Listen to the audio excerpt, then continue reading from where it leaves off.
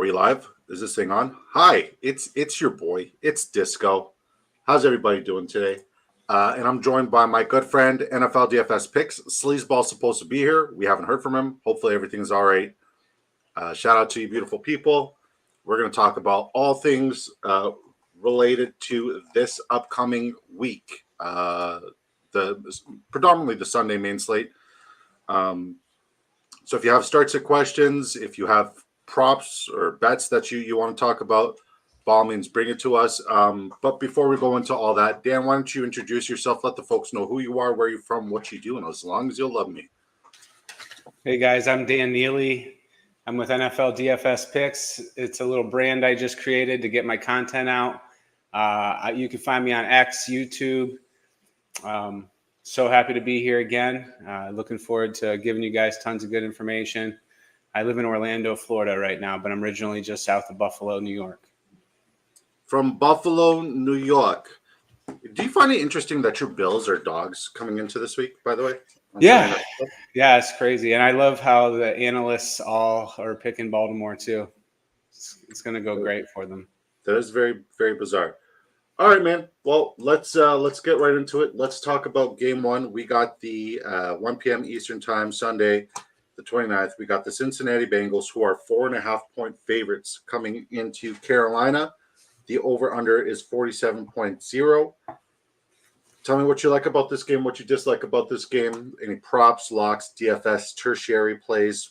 Talk to me, buddy. You know, I'm staying away from betting this game, I think, as far as the winner.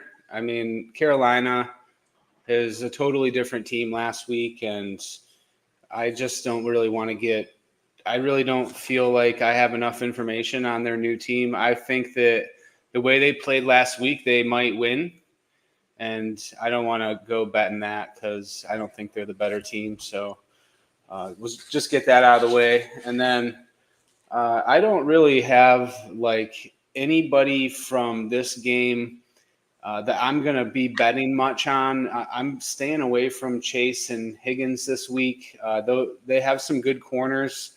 The lines are right about where I think they should be. I don't really feel like I like over or under on anything.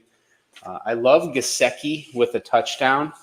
They got a really nice plus 325 on touchdowns for tight ends and Gesicki, and they've just been giving up a touchdown every week to the tight end. But I'm a little worried about Gesicki in general. He's playing like 35% of the snaps. Sample's playing like 35% of the snaps, and Ali is playing like 35% of the snaps. But all that being said, Gesicki, I think, has had 5 targets in all 3 games. So he's the guy I'm going to put my money on if I want to bet a Bengals touchdown from a tight end, which I do like. Zach Moss, I'm loving his rush yardage prop at 53.5, and I love his touchdown prop at -125.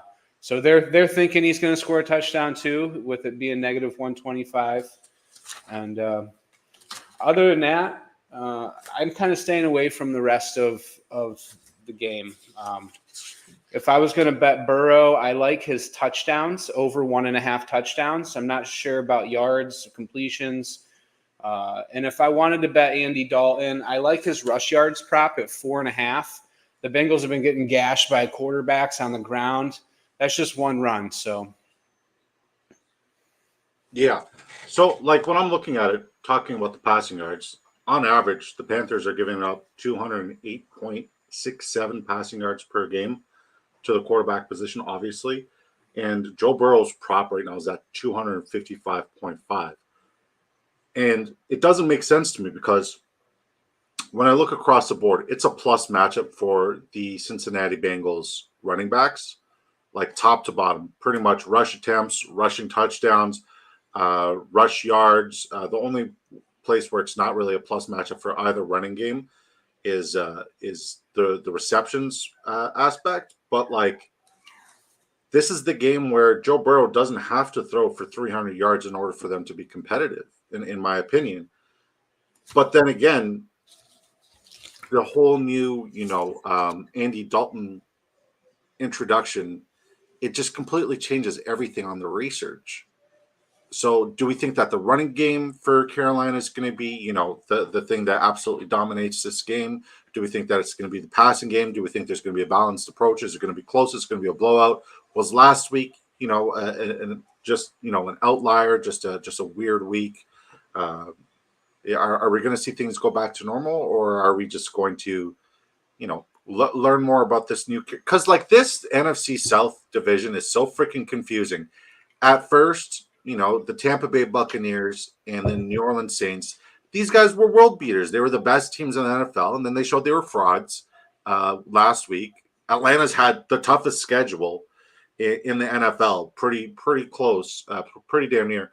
And, Carolina started off as the worst team in the NFL, and now they're one of the better teams who only a 4.5 point dog coming into this. So, like, how's the game script going to go?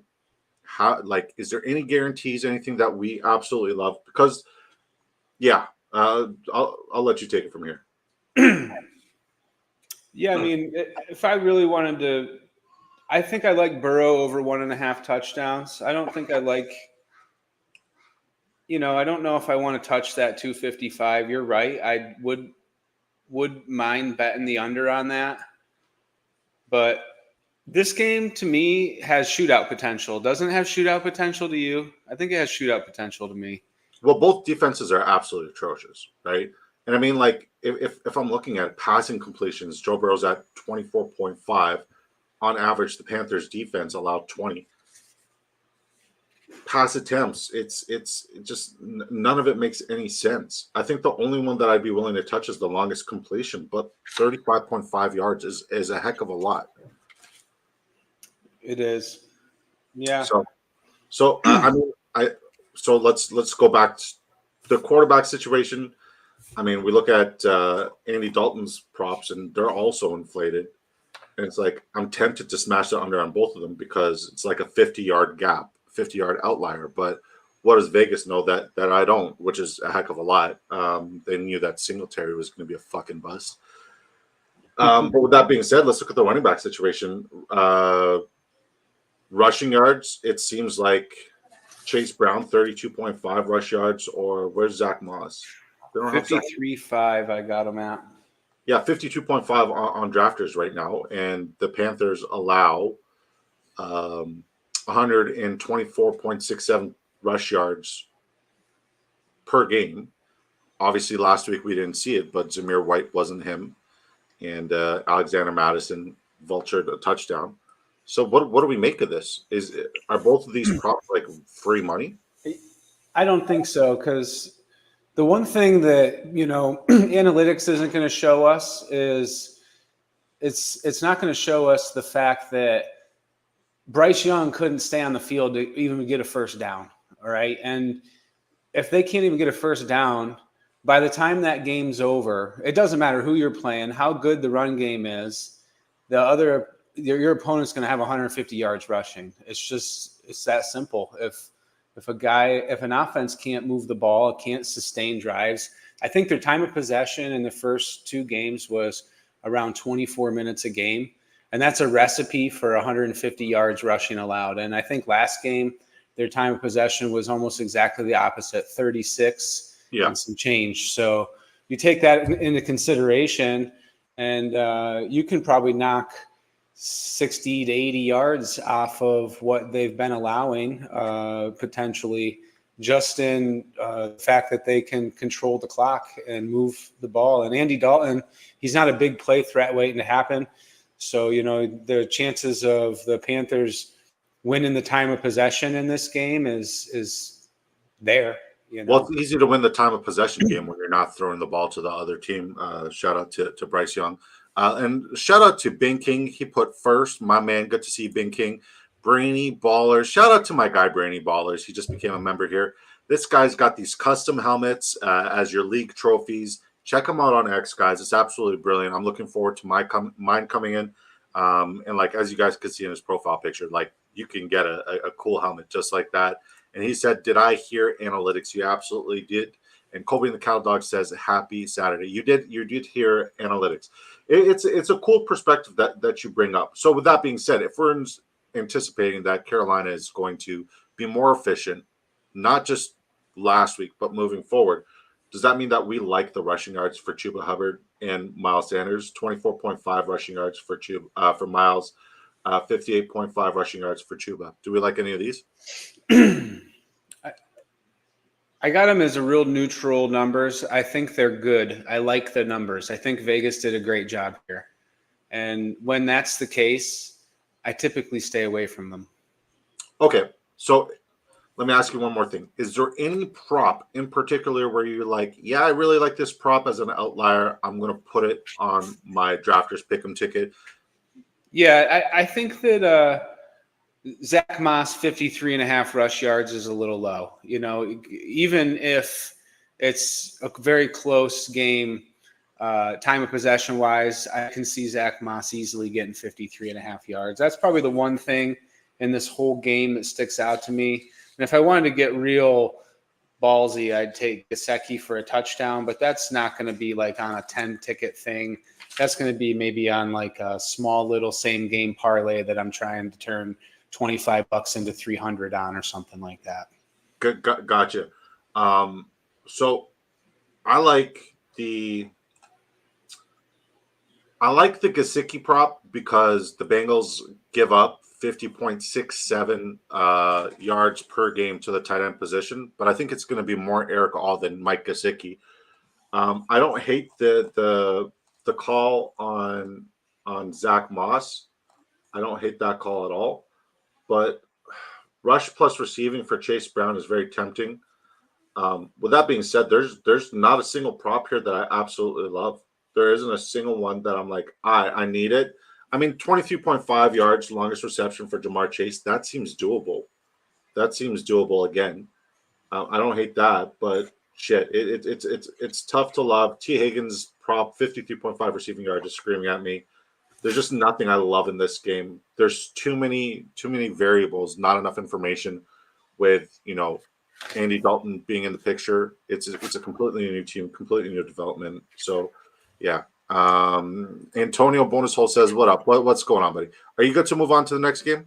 I am. Peanut Butter Jelly Time says, "Yo, what's up, Peanut Butter Jelly Time?" I hope Sleazeball's okay. This is very unlike him to just not show up. All right, next game we got the Denver Broncos coming into New Jersey, visiting the New York Jets. It's 1 p.m. Eastern time, and the Broncos are 8-point underdogs. Over under is 39.5. What do you like here? What do you dislike? +8's crazy to me. I mean, Denver's not a bad football team at all. They just showed it last week, and I called it. They're going to do exactly what they did last week. I remember texting you and Sleaze telling you that the Broncos D matches up well with certain teams, and the Bucs is a team that they match up well with. And I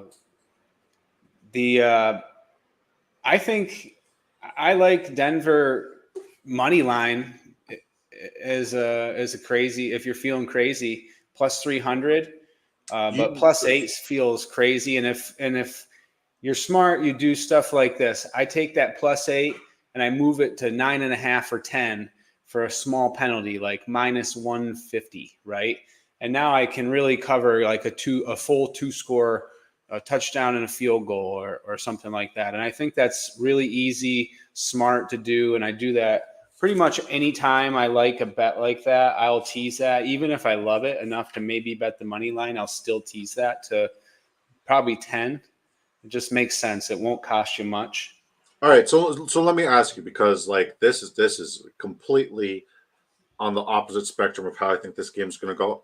If Denver's going to compete and keep this competitive, how's the game script going to look? Well, it's just going to be a defensive ball game. That's what I think. I don't see either offense as being able to get much going against each other. I feel like Denver has maybe the top trio of cornerbacks in the NFL. They got one of the top few, and then the rest of the guys are like top 20 guys when you look at the analytics. And They're just doing great, and they're getting a good pass rush. And Aaron Rodgers has not been that fantastic unless he's been able to just stand back there and not have to worry about the pass rush like he was versus the Pats. And the Pats have maybe the worst pass rush in the league right now, or one of them. At least that's what it's showing on the research. And I think that Rodgers is not going to be as sharp as he was last week. And I think that maybe people are getting a little ahead of themselves about 41-year-old quarterback playing against a really good defense. And I could see this game finishing 17-13 either way. And a costly fumble, a tipped pass, interception. It's going to be whether or not Bo Nix can protect the ball. I think will be the way that the Broncos can stay in this game, and just rely on the fact that the Jets aren't a very good offense. Fair enough. All right, let's catch up with the chat. That's a very interesting assessment. Antonio Bonishole says, I took Jets plus 2.5 in my parlay. That's closer to where I'm thinking. Chef says, are we live? I fucking hope so. I hope so, Chef. I hope you're doing well, buddy. Making your helmet tonight, BD. Thanks for the shout out, man. Thank you for making the helmet. Your product, your support, your friendship, everything you do is 100%, and I'll support it as much as I possibly can. Mr. Magic says, what are the odds Debo play? I want to say very high. I want to say like relatively high. What do you think? He's getting listed in the props. Yeah, so I think Debo might be a go, man. I think he might be a go, and he might be a spectacular play. With that being said, I'm looking at the +8. I don't like it. I don't hate it. Do I think that the Jets could cover the spread? Borderline easily. What it comes down to is game script. So I'm not really touching the over, the under. I think Jets money line is free, but like you're not going to get too much in return for taking the Jets money line on a single. And if you parlay it, if that's the one that causes you your parlays, I apologize. With that being said, there are a couple props here on Drafters Fantasy that I absolutely think are locks, and that have been locks pretty much every week, and I think are continuing to be locks based off of the analytics. First and foremost, receiving yards for Breece Hall is at 29.5 receiving yards. If we're looking at what the Jets give up, what the Broncos give up on a weekly basis, it's 30.33. I'm going to give the knock to Breece Hall as a spectacular player. I think he could do more with the ball in his hands than the running backs that the Broncos have faced in the past. A little bit more like a Charbonnet situation or a Kenneth Walker situation. So Kenneth Walker over 29.5 receiving yards is an absolute lock. I think it smashes. And every week, man, Bo Nix passing completions at 18.5. This guy is the check down king. Situations calling for him to be the check down king yet again. And I don't anticipate this team has a plus matchup in the running game against the Jets rush defense. And I think he's going to need to target his running backs. I think he's going to need to target his wide receivers in the dink and dunks and unders. I think they're going to move the ball. What it comes down to is, can he throw an interception? I think more often than not, yes, I like the over 0.5 interception as well. But 18.5 passing completions, in my opinion, is an absolute lock. And I think Aaron Rodgers over 20.5 passing completions is also an absolute lock. They're going to matriculate the ball down the field, and they're going to do it, stagger the run and the pass.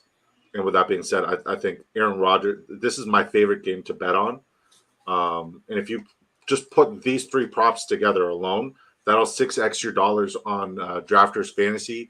And if you want, and you're not signed up on Drafters Fantasy, your first bet is on me. Just sign up using promo code DISCO on Drafters Fantasy, and I'll double your initial deposit dollar for dollar up to $100. Is there any Drafters Pickems, just Drafters Pickems props that you like in this game? Because like Tyler Conklin receiving yards and Greg Dulcich's receiving yards are screaming at me. I think these are both free plays as well, because that's another plus advantage in this game is the receiving yardage to the tight end position. Borderline free. Yeah, I would say I like Brees Hall's rush yards at 66.5. I think that I'm thinking Rodgers is going to have a hard time passing the ball. I don't think he's going to be able to throw the ball very well beyond 5-10 yards all game. And I think this is going to turn into a grinded out game, and Hall's probably going to get more touches this week than he's used to getting. And the Bucks just struggling on the ground. They can't seem to move the ball against anybody, and even Bucky Irving was really looking really good, solid against them. I think that Brees 66.5 is what I had when I last looked. That just seems like free money. 67.5 now. Do you still like it? Yeah, I mean, I'd like it at 72.5, I think. Okay. You know, and I'm not really that concerned about Allen because I think there's room in this game for both of those guys to both do well. So I think that maybe Allen might be a decent play too. But I think I like the rush yards there. And actually, I don't mind the over on completions for Rodgers, but because I think he's going to complete a high percentage of very short, crappy throws. But I don't really love his attempts at 30.5. I don't think he's going to attempt 30 passes. They don't have it, so just drafters. Okay.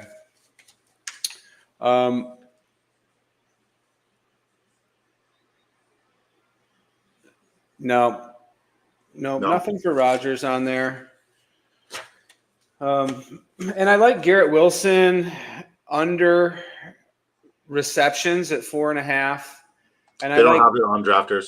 Okay. They have 55.5 receiving yards, longest reception 20.5.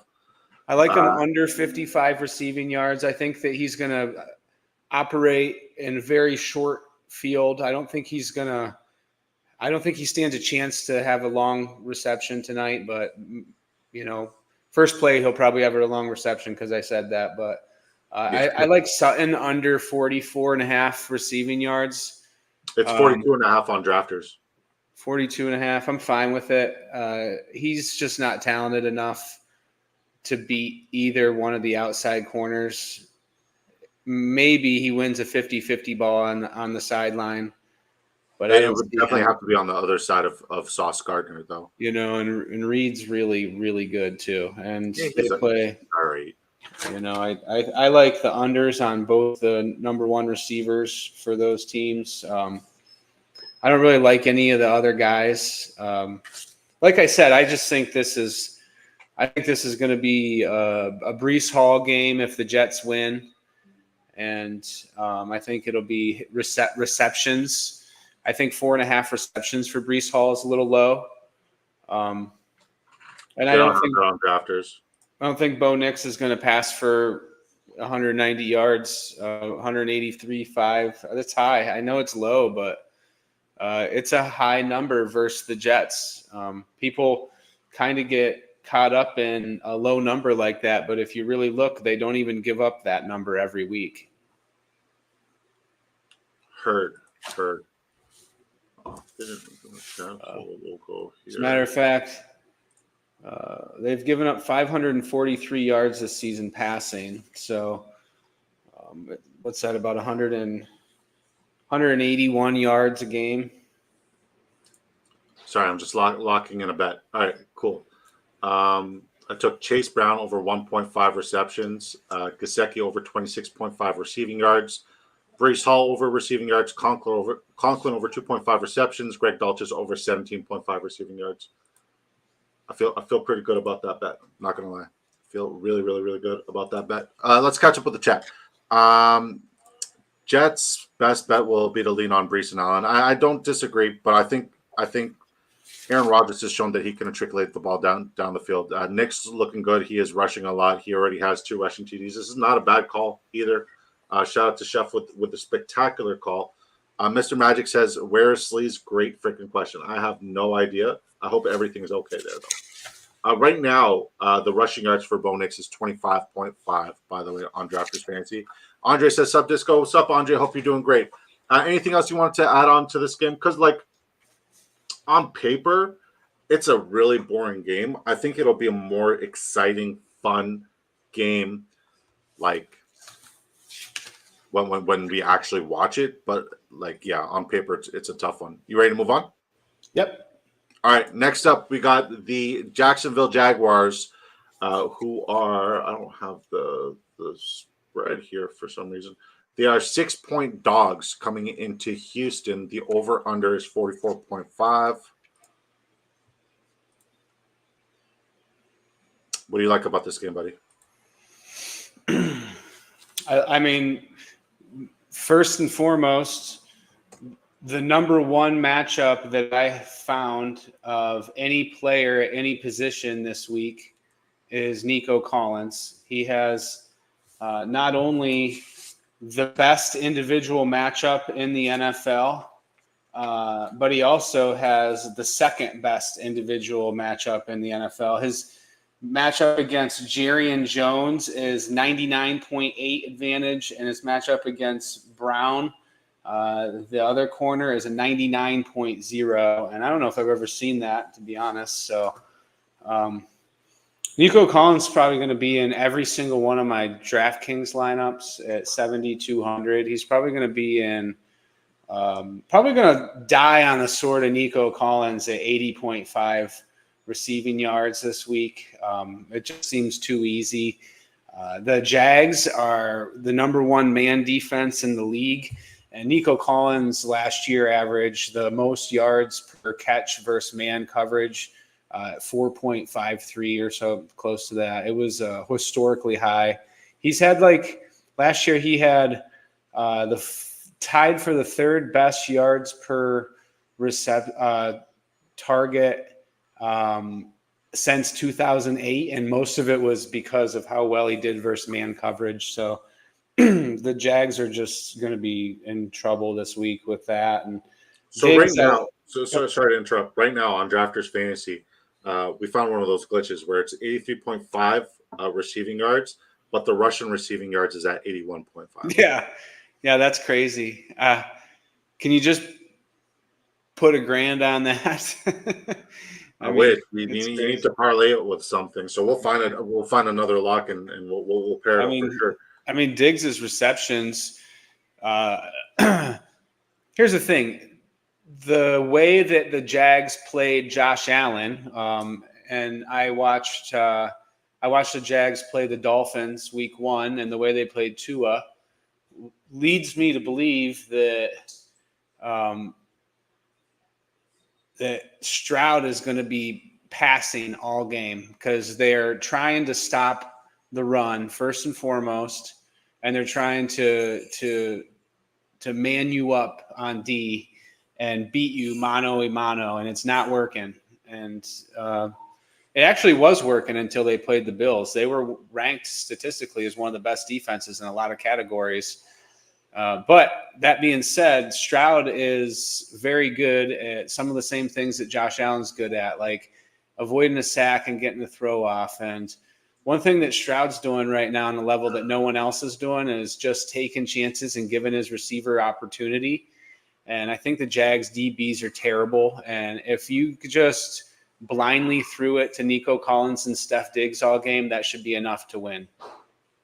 Yeah, I'm looking at this matchup right now. I see top 10 easily opportunity for CJ Stroud across the board. Top 5 for passing touchdowns, top 5 for passing yards. So I like the over on both of those.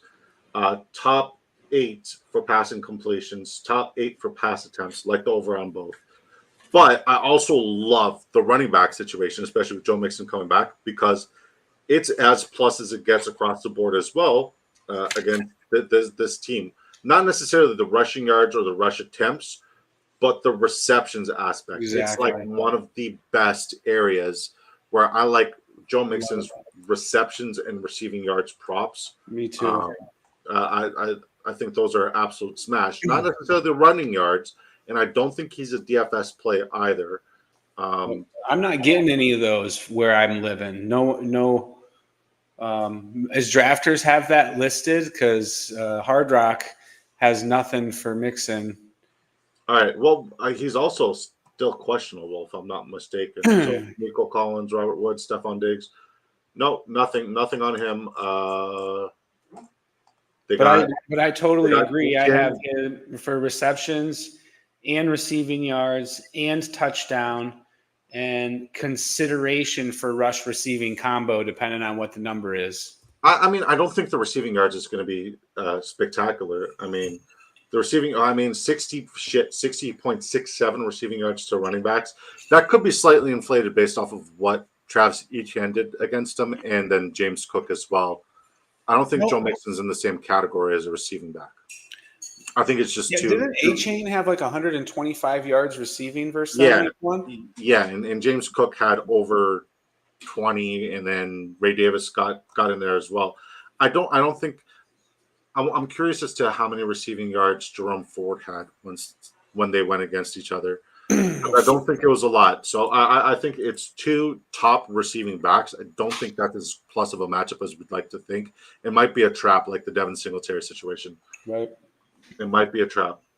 God. I think I'm going to stay away from Mixon if he plays. I'm a little worried about him. That ankle injury looked pretty bad. Yeah, I mean, like if he's in your fantasy football lineup, I think you've got to play him because the matchup is such a plus matchup. But am I willing to bet on him? No. Am I willing to bet on CJ Stroud over 266.5 passing yards? Absolutely. Am I willing to bet on Nico Collins over rush and receiving yards? Absolutely, because it's 2 yards less than the receiving yards. I love when they do that. And I love the Stephon Diggs receptions 5.5. I like the over. I love it too. I feel like if you want to get crazy and you love high stakes parlays, Schultz's touchdown at plus 240 is looking good. He gets a ton of red zone targets, and without Dell being in there, I could see him as having a slightly more chance of getting a touchdown this week. Heard. I'm just shocked that Sleazeball isn't here. Receiving yards, I for the tight ends, I like the under on both. I think both tight ends struggled this week. This is the worst possible scenario and matchup for both of these guys. So if I was going to pick Schultz under or Brenton Strange under, I would smash either one of them or both in any sort of my parlays. We got Strange at 23.5. Longest reception, 14.5. Don't like either one of those. I'd love the under. 32.5 receiving yards for Schultz. I don't think he comes close to 15. So, yeah, I like the under on both of those tight ends. Anything else you like about this game? Chef says he likes Etienne 18.5 receiving yards. I'm not touching that one, buddy. I like Stroud's passing touchdowns at 1.5 a lot. I think that's probably a great bet. I know it's not on here, but I'd hate to not include it on, good advice. Another thing that I like is Trevor Lawrence's rushing yards. Houston has actually been getting more gashed by like a long run by the quarterback every game. So I like longest run more than rushing yards, but I don't have that available to me. But 16.5 rushing yards feels a little low versus defense. Yeah. Trevor Lawrence is, he's going to start playing inspired football this week. He doesn't have a choice. Okay. Ready to move on? Yeah. All right, next game. The Rams are 3-point dogs coming into Chicago. The over-under is 40.5. Rams are still depleted, not as healthy as we'd like them to be. There's still no sign of Cup. Puka Nacua is still on the IR. This is a terrible matchup for Colby Parkinson. It looks like a plus matchup across the board for Kyron Williams on all of his props. But this is as good of a matchup as it gets for the running backs and the receivers and the quarterback play of Chicago. But can Caleb Williams and, that passing game get it together? And I'm going to also go out and say that Cole Kmet is not even going to remotely come close to being a top 15 tight end this week. This matchup is not good for him. And the same with Colby Parkinson. This is not the matchup you play the tight end position.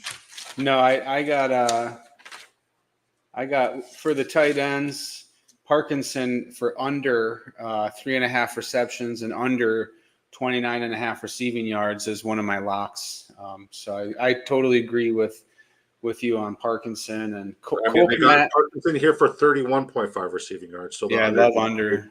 Yeah, under that. I mean, it's even better. And yeah, I do not mind Cole Kmet's receiving yards. It's very low. It's 28 and a half. And 27.5 on drafters. 27. I mean, that's a low number. He really got heavily involved last week.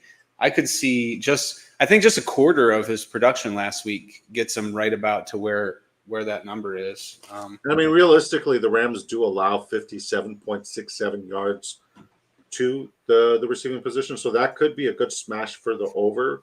But if we're talking about just targets, receptions, it's not favorable for other tight ends, and like touchdowns, 0.33 possibility. So I don't love it. PPR format, it's not gold. Standard format, it's not gold. Just the receiving yards alone is relatively favorable for Cole Kmet, but other than that, I don't like it because across the board, it's a top 5 matchup for the wide receivers. Yes, and Allen's back. Yeah, I think this is one of those games where you have to play DJ Moore in DFS, and you have to play Roma Dunze in DFS because one of them or both of them is going to go off, and you don't know which one it's going to be. They both did last week. And I absolutely love the Bears receivers schedule for the rest of the year. I've been doing a lot of research just on like who to target, who I think has got the best end of the season schedule from here on out, and I can't find a better schedule for receivers than the Bears. And I'm kind of bumping Caleb Williams up. I'm bumping Moore up. I went and got Adunze in a couple leagues this week. I love them both for a touchdown. I love their long catches this week. This is a team that's just getting beat on long plays left and right. Moore's at 21 and a half and Adunze's at 18 and a half. Those feel like free money to me. I want to bet those as much as I can. Adunze's touchdown prop is plus 300. I love that. Moore's is plus 185. I love that. 57 and a half rush receiving yard combo for Moore last time I checked. That is really low. It's less than his receiving yards. His receiving yards is at 30.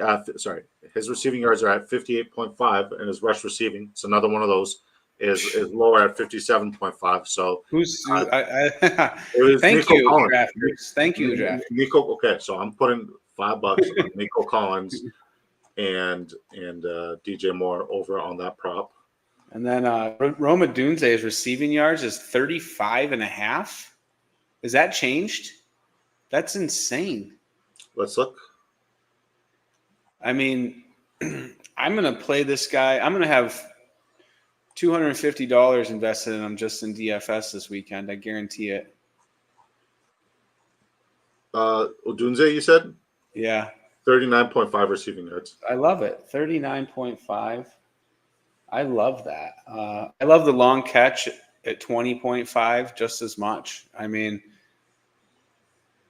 39.5 seems too low. Yeah, but here's mine. If game script goes the way I think this game's going to go, we might not see that much usage. We might see a little bit more running than passing because I think this game's going to be an absolute blowout. They just match up with the Bears perfectly across the board. So I'd like as much as like, I think the Bears win by 2 touchdowns. You think the Bears win by 2 touchdowns?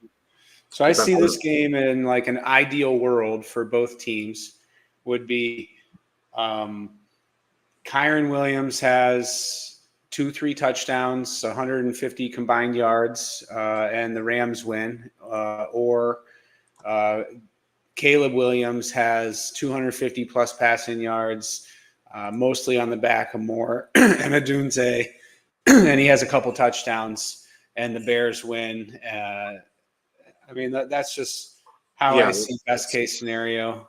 It's a tough matchup to do it against. If that happens, you're crazy. Mr. Magic says, which tight end do I play with McBride out? I was leaving Kmet. If not, who do you like off waivers? I'm gonna go out on a limb, and I think, I'm gonna catch a lot of slack for this, but I think Tucker Kraft's a top 5 tight end this week. Or Luke Musgrave, one of the other two. One of the two. I think my bet's on Tucker Kraft, top 5 tight end this week. Okay, there's not a lot of tight ends that I love this week, so I could see it. Yeah, well, I mean, I love Laporta this week, and he looks like he's good to go. How's it going, boys? Shout out to No Cap Mac. John says, Rams win 20-10. Bears suck. The Windy City is not a dome. Caleb's a bust. Damn. Tell us how you really feel. Andrew N says, Komet sounds good. McBride will be out. Really waters down Kyler Murray this week against the Commanders. Yeah, well, I mean, the Commanders are relatively decent against the tight end position, so I'm kind of not bullish on Higgins either, but we'll get to that game. Shout out to Andrew N, man. We got to get you on the show. We got to get you on the show ASAP. Caleb is not a tall, standing quarterback. He's short, spin out the pocket quarterback, and he needs a better offensive coordinator and head coach too.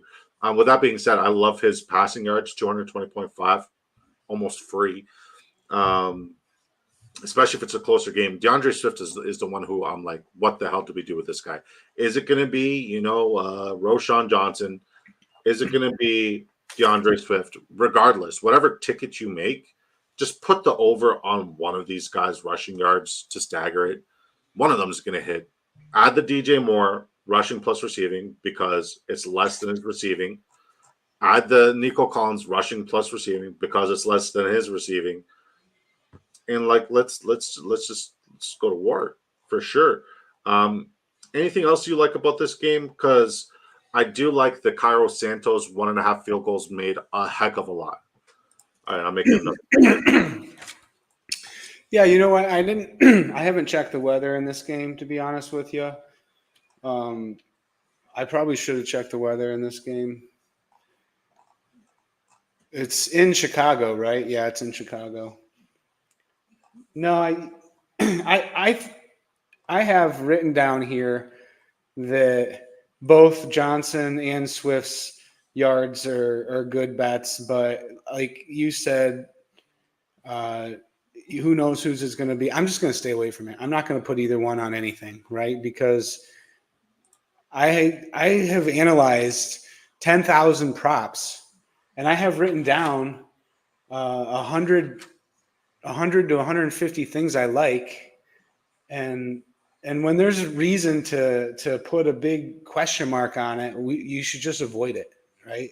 Unless you feel great about it. My recommendation is to avoid that running back room in Chicago, even though it looks good. Yeah, I mean, we're going to get some clarity this week. Here's mine. I think the reason why we're seeing Swift really struggle is not necessarily on the field situation. I think it's what's going on off the field. He's facing murder charges, and people are not talking about that. People are not talking about the fact that DeAndre Swift is literally facing murder charges and playing in the NFL. No wonder why he's running the way he's running. His head is not there. He's not focused. He's missing the holes. He's not hitting the holes. Andrew N says, yes, we do. That would be fun. I completely agree. Chef says he likes Stafford over 200 yards. I mean, it's not a bad call because when I pull up my charts here, would you guys like me to show my charts as I talk about them? That way you guys could okay, I'll do that. We'll present, share screen. Just got to make sure that I got the right one. All right. So let's pull this up like so. It'll probably be more visible like so, and then we'll go down here, and then we will also make this a little bit larger. So what do you think of Kyren Williams' receptions being at 2.5? The Bears have been giving up a ton of receptions to the opponent's backs, and I don't think that the Rams really have a receiving back. Yeah, if we're talking about it, it's he's their best target, right? So I got the charts up. I also sent you the charts. Let's see if this works. But yeah, this works better. So you wanted to know about the receiving opportunity for Kyren? Well, I mean, I'm not saying I love his receiving yards, but 2.5 catches versus a team that seems to funnel a lot of receptions to the running back, and the fact that Corum's not a third down back, and Rivers is not a third down back. So you got basically a guy that's on the field for almost every snap. So it just seems to me, with Stafford having no healthy receivers that he really trusts, and Parkinson having a horrible matchup that we love the under, the short throws, more than likely going to go to Kyron. Yeah, well, I mean, like realistically, when you look at my charts here, it says that on average, the Bears allow 4.67 receptions to the running back position, right? So, Yeah, do we think that Corum or Ronnie Rivers is going to steal any work from him? not Probably really. not. No. Probably not. So, I mean, it's not. It's a safe assumption. John says Tutu Atwell and tight end Parkinson for Rams are sleepers. I don't like Parkinson at all this week. I really don't. Stafford has been putting on a QB clinic this season. Rams interior O-line is playing good. Kyron Williams going for 120 in a TD clock control. I don't hate the Tutu call. I don't hate the Kyron call. And I don't hate the Stafford call either. I hate the Parkinson call, respectfully. Stafford needs 230 passing yards to pass Eli Manning 10th all-time in pass yards. That's yeah. As a New England Patriots fan, we don't talk about that name here ever. That's nuts about Swift. He's also doing bad because we were running zone schemes instead of toss and sweep runs. Yeah, and they're also not incorporating him in the pass game the way they should. But like the Giants didn't use single. I'm going to keep going back to that Singletary call because like on 6 out of 9 tickets, he was the one that busted every ticket. Devin Singletary on Thursday, Dan. Yeah, the worst thing was he was wide open. When you're watching the game, he was wide open like 12 times, and Jones is just making bad decisions instead of taking 5 to 8 yards with Singletary when it's right there. But like the Cowboys are so bad that those bad decisions actually paid off. Like he was being patient and not taking the free check down because he had guys open downfield, and more often than not, they came up huge. So like I'm not knocking Daniel Jones. He crushed the over on the passing yards for me in one of my tickets that cashed. So shout out to him. And he also like you called that last play of the game, he's going to throw a touch interception, and he did. John says Sean McVay, 61% all-time win percentage, Matt Eberflus, 29% all-time win percentage. Yeah, I'm not denying that McVay is one of the best coaches to ever do it, period. And Matt Eberflus is I can't even pronounce his name. He's a joke. I don't think you're wrong there. Parkinson had some big pass interference calls last game. It's not the Parkinson situation. It's how good the Bears are against the tight end position. If we're looking at tight end receiving targets against the Bears, only 3.67 targets. That's 30th. So not good. If we're talking about receptions, that's 24th, 3 receptions. If we're talking about receiving yards, that's 20th. That's 36.33 receiving yards. And if we're talking about touchdowns, he has a 33% chance of scoring a touchdown against the Chicago Bears defense. I don't think he's going to find the end zone. He's going to be 100% touchdown dependent. I'd rather not depend on a touchdown dependent guy that doesn't have, the odds favoring him there. With that being said, anything else you like about this game, or can we move on to the next one? And where the fuck is Sleazeball? All right, next game. We got Minnesota Vikings, 2.5-point dogs. Interesting. Coming into Green Bay. Looks like Jordan Love is good to go. The over-under is 43.5. I will go out and say the fact that Jordan Love is playing makes me very bullish on a Josh Jacobs anytime touchdown. You got to start take a prop of every single wide receiver for the Green Bay Packers. Take the over on both quarterbacks' passing yards, and this game is going to be fun. I'm very curious as to what drafters has Josh Jacobs 2.5 receptions, 15.5 receiving yards. I know he doesn't do that work, but like God, it's either him or it's going to be Emmanuel Wilson. I'd rather bet on the guy who's on the field more often. Yeah, I mean, I like Jacobs a little bit, but I don't. It's another one of those games where I think maybe like you, the touchdown feels a little better. I just, with his lines, I once again thought that they've just done a remarkable job this week of putting him in a spot where I just don't love anything. And I feel like I want to feel real good about it when I make that bet. I don't want to just throw something out there. And Vegas is good, man. I mean, just look at the game Thursday night. They had the line at 5. It was at 5. They're just so good, right? So John is the biggest Caleb Williams hater. He says Caleb Williams is 2-7 in the last 9 starts, going back to last season. I mean, I see no lies. I see no lies at all. But yeah, I'm still not necessarily betting against the guy. I kind of like, if you want to go back there real quick, teasing the Rams up to 7. It's at 3. They're +3. I feel like they're probably going to be able to keep this within 7, personally. It's a low spread, 40.5. I respect that. I respect that a lot. We'll go here. Okay, so talk to me about this game. Let's just talk drafters pick'ems, because that's what we got up here. If you got your drafters app up for the pick'ems, tell me about like plays you think are locks, and tell me about some DFS guys.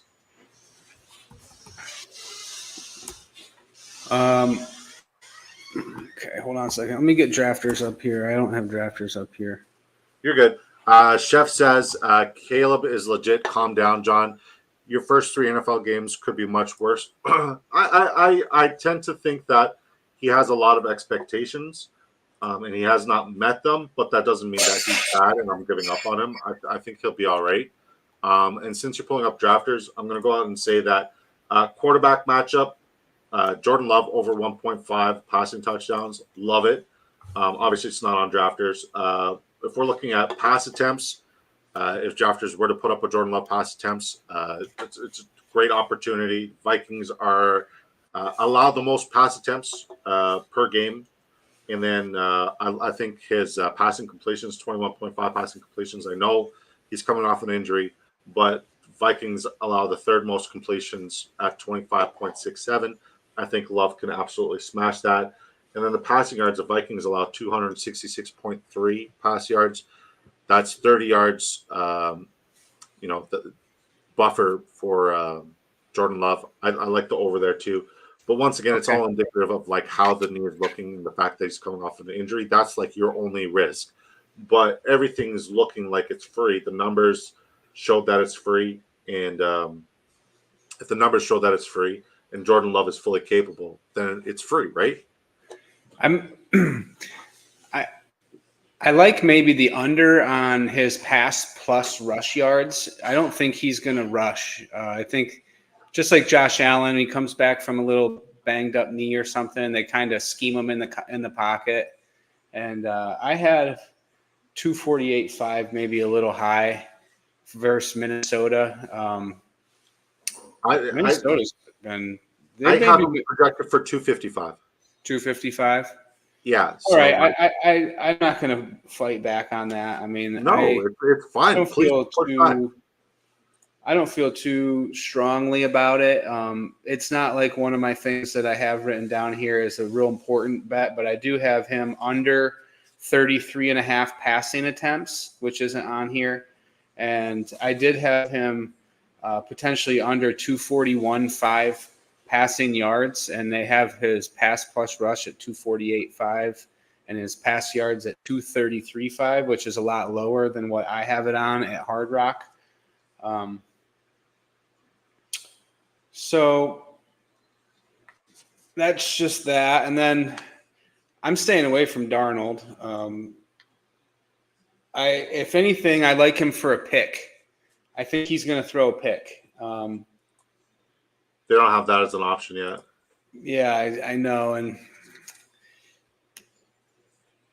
I like him for too. Like I have him here projected for 245 passing yards. The Packers allow 247 passing yards.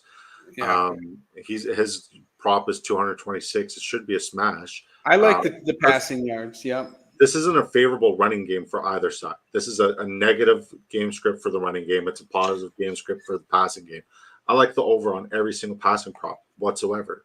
And it's tough, man. John says rivalry game. Justin Jefferson is the best player in the game. Justin Jefferson, first CD scorer of the game. I don't hate that call. I don't hate that call, but it could either easily be, Christian Watson, Josh Jacobs, Jaden Reed, because Chef says Jaden Reed, anything feels like a smash. Not sure how his knee holds up, and Reed gets those short targets hands off. Yeah, for sure. I'm curious as to what Reed's props are. So if we're looking down, Jaden Reed, 48.5 receiving yards, longest reception, 20.5, 59.5 rush plus receiving. I mean, I love everything Jaden Reed. I got him as my wide receiver 8 this week out of all the wide receivers. Him and Love have great chemistry. I love his receiving yards, his receptions. I don't know if I need the 20.5 longest reception to easily get the 48.5 receiving yards. So maybe I would go with the receiving yards over the longest reception just because I think he can get the 48.5 without a 20-yard catch. Now, what about Romeo Doubs or Dontavian Wicks or Christian Watson? Because, I'm looking at the Christian Watson longest, and I'm looking at his receiving yards, and I'm like, that's free money because Christian Watson's way better than those. Right? I mean, if Christian Watson has a catch, it should be for 17.5 yards. Yep. I think that's free money. Any other props that you like in this game? Let's try to go through the rest of these games rapid fire. Yeah. Not really, to be honest with you. I like Aaron Jones's receiving yards at 22.5, if that's still around there.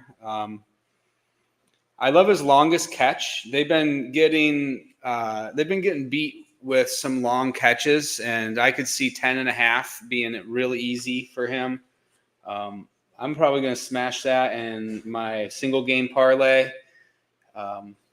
And I like him for under rushing attempts. He's just given, they don't have it on here, but if they did, he's given up a lot of carries to Chandler, and the Packers just haven't been giving up a lot of rush attempts against them. Heard. I like the 20.5 receiving yards for either Emmanuel Wilson or the 15.5. I love the 15.5 receiving yards for Josh Jacobs. I think, he's going to get neglected, and he has a lot of opportunity. So 9.5 longest reception or 15.5 receiving yards, I think it both happens within one play. I like the Christian Watson over receiving yards, and I love Justin Jefferson over longest reception. Those are my 3 locks for this game. And Tucker Kraft, longest reception, 12.5 yards for his longest reception. I have him projected as a top 5 tight end, so I'd be stupid if I'm not standing on business. We good to move on to the next game, brother?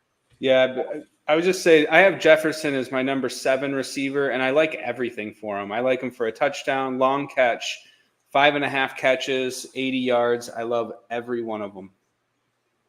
Nice. Chef says, I've completed 2 trades today. Feels like Christmas.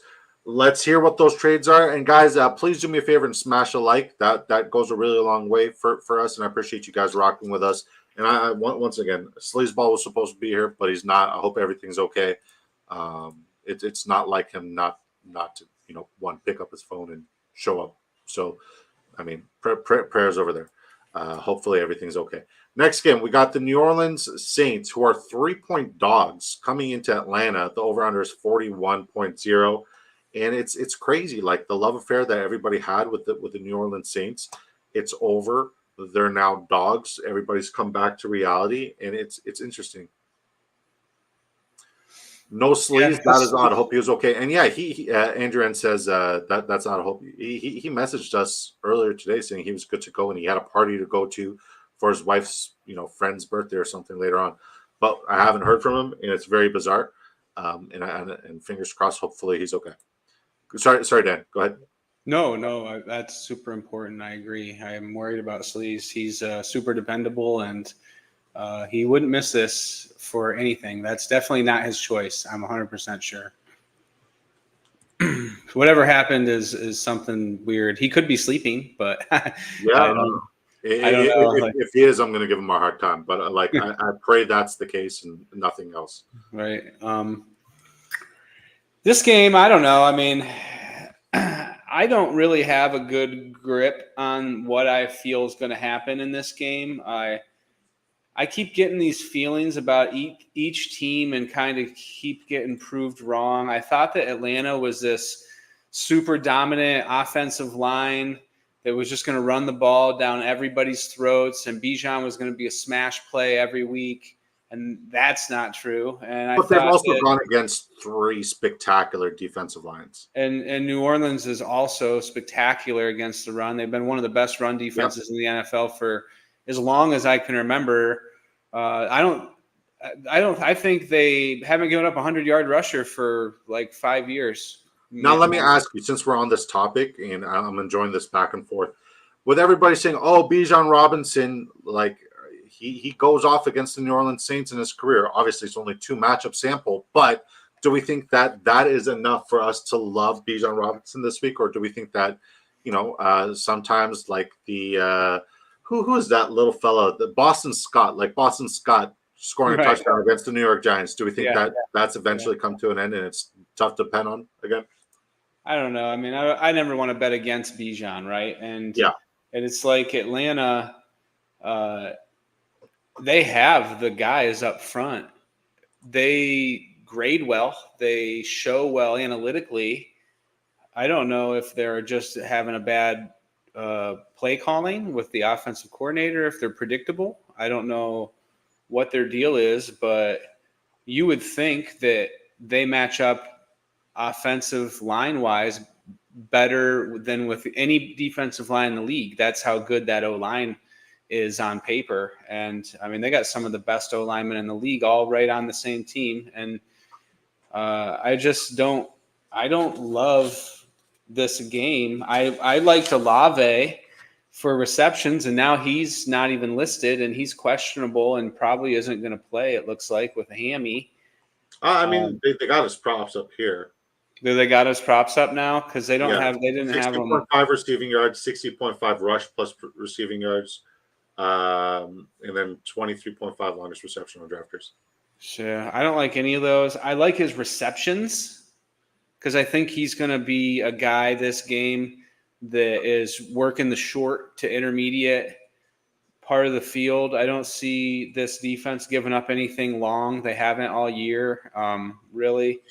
So I don't really love Shaheed because he's kind of like that guy that depends on getting over the top. And the Falcons have really good safety play. Simmons is a giant back there. He's like 6'4". He's so rangy. He doesn't give up long touchdowns. London, I like receiving yards, 61.5. The Saints haven't been giving up touchdowns, haven't been giving up a lot of catches, but they have been giving up some yardage still and some chunk plays. So I like London, 61.5. I don't love this game, man. I'm kind of staying away from a little bit. I'm just picking maybe. Well, right now Drake London is at 58.5 receiving yards, and I do like that prop a heck of a lot. I'm trying to find Raymond McLeod longest reception over 14.5 is an absolute lock. I love that prop. So I like Raymond McLeod, Drake London over 58.5. And if I got to take one more bet, I love the passing completions for Kirk Cousins at 20.5. I have him projected for 24. I'm not touching the running backs. I don't think this is a good game for Alvin Kamara. Obviously, PPR format, he's going to get involved in the receiving game, give you a baseline of like 10 points. John thinks that he's going to score a touchdown. I mean, he could very well score a touchdown. Like he's good at football. Group 1.5 field goals made. I don't hate it. I don't hate it at all. But yeah, it's do we see a lot of points going up in this game? I don't like it. I know. Kyle Pitts, everybody's saying is an absolute smash. 36.5 receiving yards, 17.5 longest reception. The matchup. I love that. Love the longest reception. I just hate them. I know, right? But the way that defense plays tight ends would lead you to believe that 17.5-yard longest reception is a good play, because just think about Goddard last week. Yeah, but right? He did it after the catch in the flats. I know, and that's the thing about And Pitts. that's Isn't not getting Pitts' game. Pitts is down the seams, corner route, post route. That's it. Pitts is not getting any separation at all. Well, like he wins on zone defenses, and he hardly wins on zone defenses. He's literally a decoy at this point. He's not getting the targets. He's not getting the receptions. Like other than that one game with a touchdown, like it's tough. But like he also has more touchdowns than 9 of the top 10 elite tight ends that were drafted this year. So that's why people still like Kyle Pitts and think he has promise. But like if we're just talking about like based off of the tight ends that have performed against New Orleans, it's a completely different area, completely different region. I mean, maybe they'll forget about him and let him go completely open because it is a very plus matchup for the tight ends. But I'm just looking at it. It's like if you take away the Eagles game, it's not right. Like Saints have 17 receptions allowed to tight ends for 217 yards versus tight ends, right? And that's on a 2-game basis. And that was Goddard. I mean, Goddard had almost all those yards. So up until then, they were not giving up very many long receptions. So maybe that's a bad bet. Yeah, it's like sometimes you gotta look at things. My list. Yeah, sometimes don't stick to your guns, right? But sometimes you got to look at certain things and tell yourself a story. It's not. I looked at my guns changed with better information. Well, like I looked at the information that I received on my charts, and I was breaking it down. I was like, if this is such a good matchup, why didn't the other tight ends do it? And where did Dallas Goedert succeed that a lot of people didn't? And then I saw where the vast majority of Kyle Pitts' routes are ran, which is 78% of his routes are ran either through the seam, the post, or the corner. He does not do the dink and dunk stuff, and run after catch is not a thing for Kyle Pitts. If it is a thing this week, God bless him. I'm willing to bet against it. But I'm not taking the under either because he could get forgotten in coverage, and that happens like once a game, right? And who do you like just to win the game? Falcons. Falcons at home? Yeah, I think the Falcons are a much better football team. I think they've had real challenges and have overcome some really, really big challenges and have learned a lot of lessons. I think the losses that they took are better for them than the wins that Saints have gotten. Just better in terms of lessons to apply to the rest of the season because the character that the Saints got for pounding 2 shitty teams and then losing to Philadelphia, a depleted Philadelphia team, I think that's bad for team morale. Whereas, like, just one win, any good production here from the Atlanta Falcons could be absolutely crazy.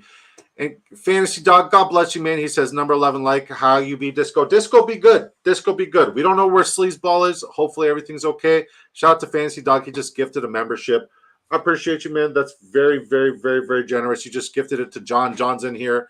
If you guys are just tuning in, please smash a like. It really goes a long way. If you guys have any start sit questions, please fire them away. And if you guys need any props, we've already found a couple spectacular ones. But yeah, I like the Falcons a lot in this game. Who do you like? And Mark Tuchis says, Takis says, I'm at 80% Aaron Jones. How do you see Jones' usage this week? I think it's a tough matchup for Aaron Jones. Let me pull up my numbers here. So he has the 17th best opportunity for rushing touchdowns at 0.67 possibility. He has the 30th best opportunity out of 32. So not a very good one. 15.67 rush attempts. Rushing yards, he has the 25th out of 32, so not a very good opportunity, 78.33. Receiving targets, it's a little bit better, 16th, 5.67. Receptions, 4.67, that's 13th, so that's pretty decent there in the receiving game. But receiving yards, 47.67. So I don't really see him like killing it as a running back. I see him getting positive points in PPR format and maybe falling into the end zone. Should Jefferson take a 80-yard bomb and fall on the 1-yard line or anything like that. So yeah, the revenge game concept is very interesting, Mark. I don't hate it. I don't hate it at all. I think it's a cool concept, cool ideology. But I mean, like, it was supposed to be the Kyle Pitts revenge game against Arthur Smith, and yes, he scored a touchdown, but like didn't do fuck all after that. And then there was a couple other storylines with similar concepts. This game, it's going back to the Falcons and Saints game. I think the under is something that I really like here. I don't see a lot of points. I like Drake London receiving yards at 58.5. I love Ray McLeod over 14.5 longest reception. And I love 20.5 over completions for Kirk Cousins. Other than that, I'm looking at the New Orleans Saints side, and it's just like Taysom Hill. I'm not betting on it.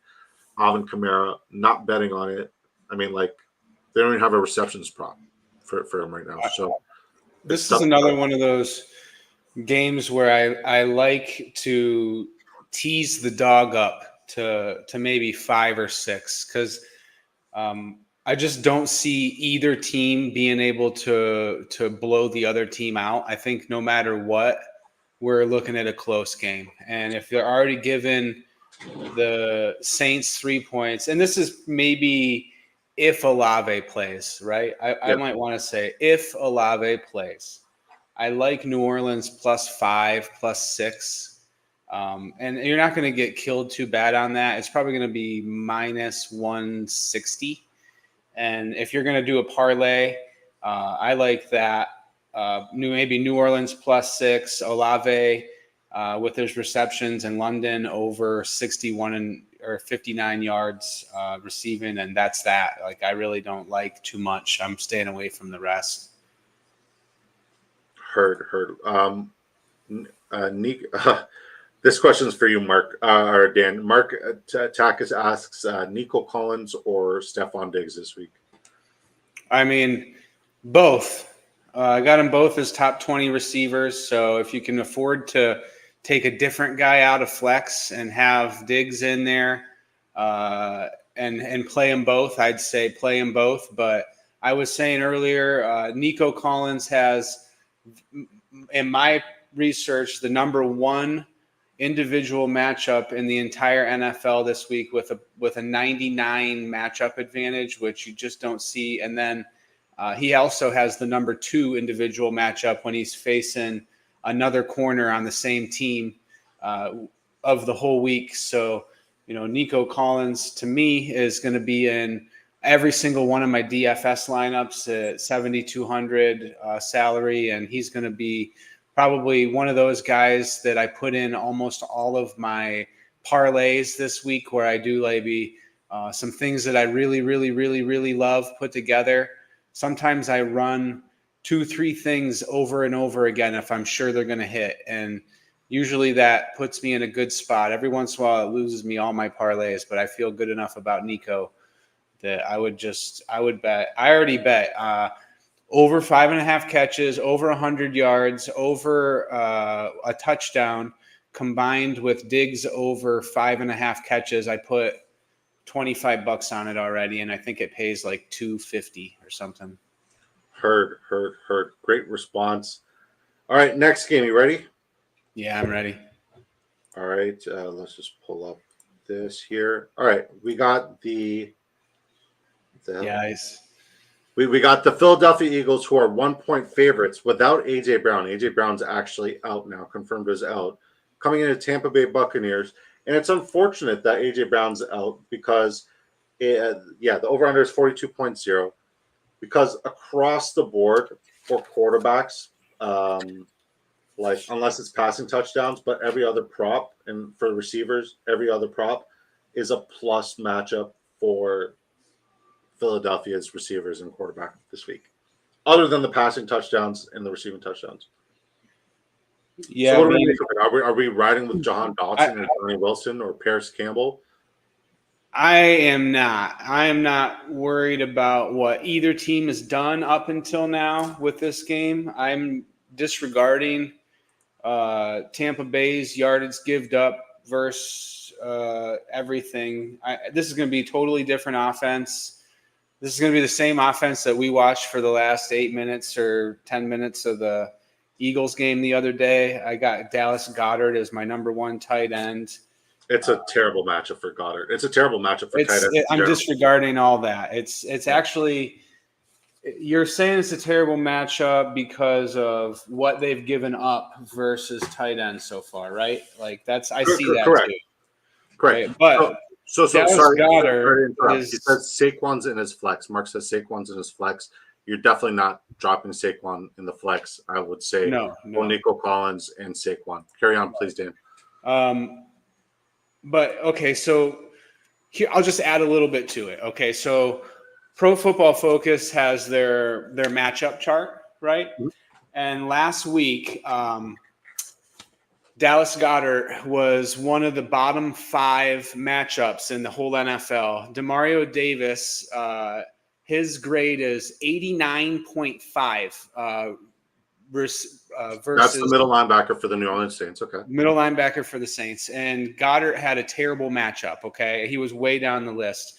This week, Goddard, despite Tampa Bay not giving up any stats yet to tight ends, is third best matchup on the list. And by comparison, Britt, the linebacker that covers tight ends, his grade is 44.3. So I don't know what to believe, but I only got 3 guys in blue on this whole list for the best advantage, and Goddard's on there in blue, and he's the only healthy guy, right? So He's Nico Collins, Goddard, and who's the third one?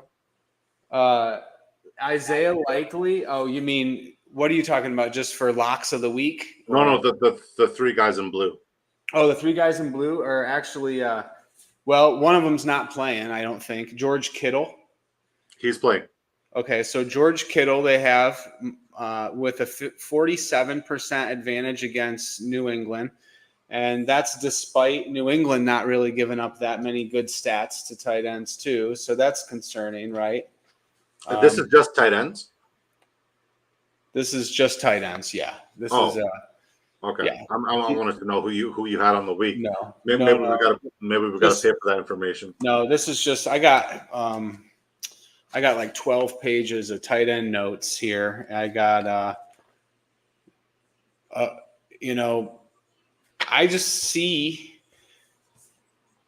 this is one of those things where last week I was ticked off, right?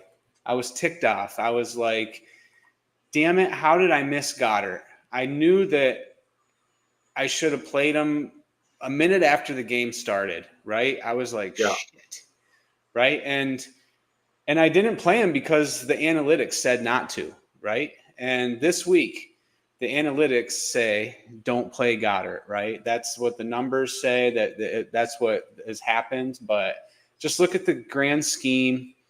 Look at your notes. My notes say Goddard's the guy to play this week, right? He's going to get 10 plus targets, right? He's got to get 10 plus targets. Hurts doesn't trust anybody else. I love Barkley in everything. I think Barkley's a smash play this week. I got him as my number 1 running back this week. I love his receptions, his receiving yards, his long reception, his rush receiving combo. I love all of them. I think that this is going to be a Barkley and Hurts run game. They're both going to have significant impact on the ground. And I think that they're going to move the safeties up and they're going to move the linebackers up. And I think Goddard's going to have one-on-one matchups. And I think that he matches up as a good matchup once Britt's playing him, who's going to probably be the guy that's going to be playing him in these types of game scripts. Now, to be successful, so let's talk DFS. And shout out to Fantasy Doc. He just said he was referring to you, Dan. He says, this guy's good. NFL DFS picks is goated, man. Make sure you smash him a follow. The link is in the description here on YouTube. He's absolutely spectacular. That's why we have him on here. Now, like, as somebody who considers himself like a DFS, a guy who knows his shit in DFS, right? I'm talking about myself. Mm-hmm. You look for these kinds of opportunities for tertiary play to justify and rationalize your pay up options that you get. Like, say you want to pay up for for a Justin Jefferson or a Jamar Chase, both because they have very promising matchups. You need to rationalize it with a tertiary play.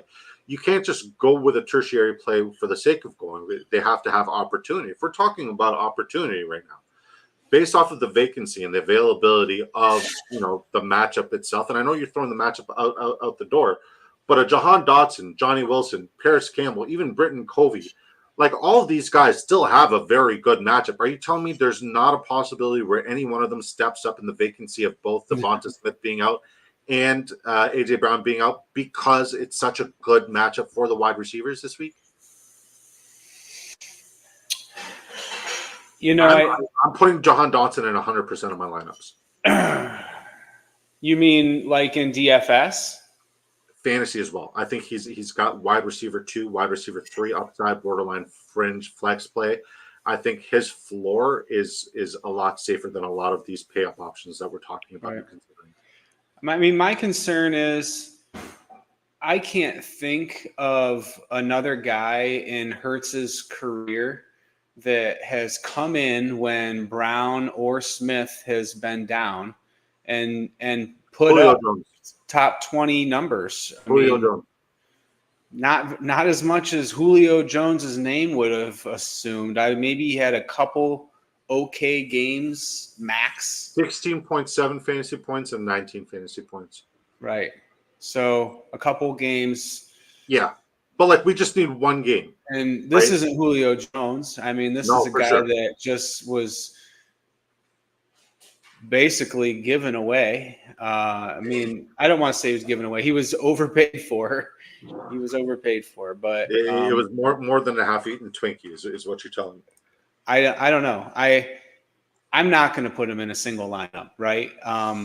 But if he does well, I'll be happy for you. And I don't think that you're crazy.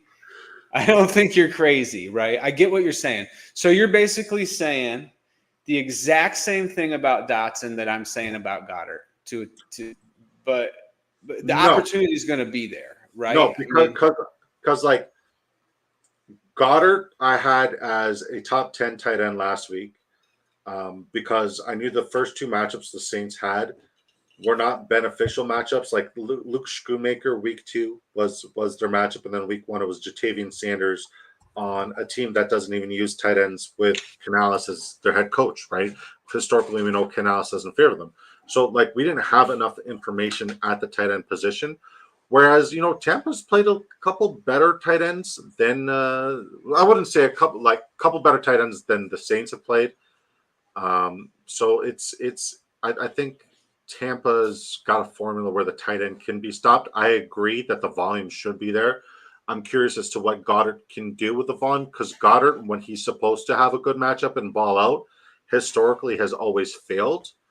Whereas the tertiary option seems like a lot safer option. And how you stand out against the rest of the crowd is you don't go with the obvious situation with Dallas Goedert in DFS, especially if there's 3 million other lineups, right? How many people are going with Dallas Goedert in comparison to how many people are going with a Johnny Wilson?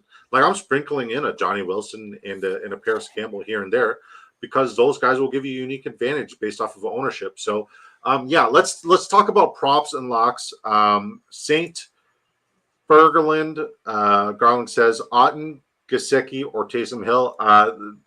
Otten is a non-option. Otten has one of the worst matchups in football this week. Taysom Hill, it could be a spike week any week if you like playing for the ceiling and like gambling. This could be one of the 3 weeks on the season where Taysom Hill does something. I think Gesicki has the best matchup, but I still like Eric All more. And above them all, I have Tucker Kraft outproducing all of them combined by 3. I like Gesicki. Yeah, I like Gesicki too out of this list. I hope that answers your question, buddy. Make sure you smash a like. Appreciate you. So any props or locks that you like in this game? Yeah, I like Jalen Hurts' rush yards or anytime touchdowns. Okay. I had his rush yards around 43.5. They're at 39.5 on drafters. Love that. Are I you going think based that off of what Jaden Daniels did, or what's your assessment relying on? Just he's they just need, been running a lot, you know. well, They yeah, they need him too. So yeah, I think they need him to, you know. I think that's so it's the only way they win this game, in my opinion, is if he hits that prop. I don't. I mean, I take that back. Saquon Barkley could dominate this game to a point where he doesn't have to hit that prop. But if Saquon's even under 120 all-purpose yards, the only way they can win this game is if Hurts has a good game on the ground. And I think a touchdown is, I mean, in this game script, a touchdown is probably pretty likely. Um, they've given up touchdowns on the ground to quarterbacks already. I think I like a touchdown. And in a parlay, I'm going to do rush yards and anytime touchdown for Hurts. I'm going to go passing touchdowns for Mayfield 1.5. I think that the Bucks are really struggling on the ground in short yardage situations. And I think Mayfield has an opportunity here to pass for some touchdowns. I don't love his yards. I don't love his completions. But I do think that if they can score 14 points, it's probably 2 passing touchdowns. I love Barkley's receptions and receiving yards and long reception all. I think he's going to be involved as a receiver. They have been getting gashed by running backs. so right now he's at 3.5 receptions, 22.5 receiving yards, and longest reception of 11.5. Out of any of those, which one do you like the most? I mean, they've given up 8.5 yards of reception to running backs. They've given up 24 receptions in 3 games to running backs, and they've given up 211 yards receiving to running backs. That's the most receptions by 4, the most receiving yards by 30, and Yep. it's the second longest yards per reception in the NFL.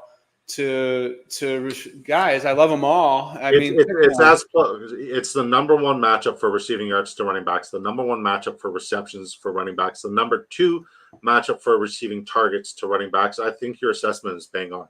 I love what you just broke down there. But let me ask you a question now. Props aside, do we think this kind of usage, this kind of wear and tear on Saquon Barkley, do we think it's sustainable? He's got a bye next week. Regardless, do we still think it's sustainable?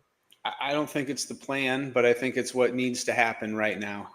I worry about him. I worry about him because he's been the best player in football. I think this game, if I'm the coach, I'm leaning into the fact that I know he has a bye week next week, and I'm just feeding him. God bless him. God protect him. Speaking of plus matchups, Mike Evans, I love his longest receptions prop here. I think it's an absolute smash. Right now on drafters, they have Mike Evans' longest reception at 24.5 receiving yards. Love it. They have his I got to show this again because I don't know how we always find these, but we always find these, right? His rush and receiving is currently 2 yards less than his receiving yards. So I'm taking that one. Drafters is just doing us so many favors on this Saturday. So I'm going to go with the 22.5 receiving yards with Saquon. I'm going to pair it up with a couple of props that we said that we absolutely like that we think are locks.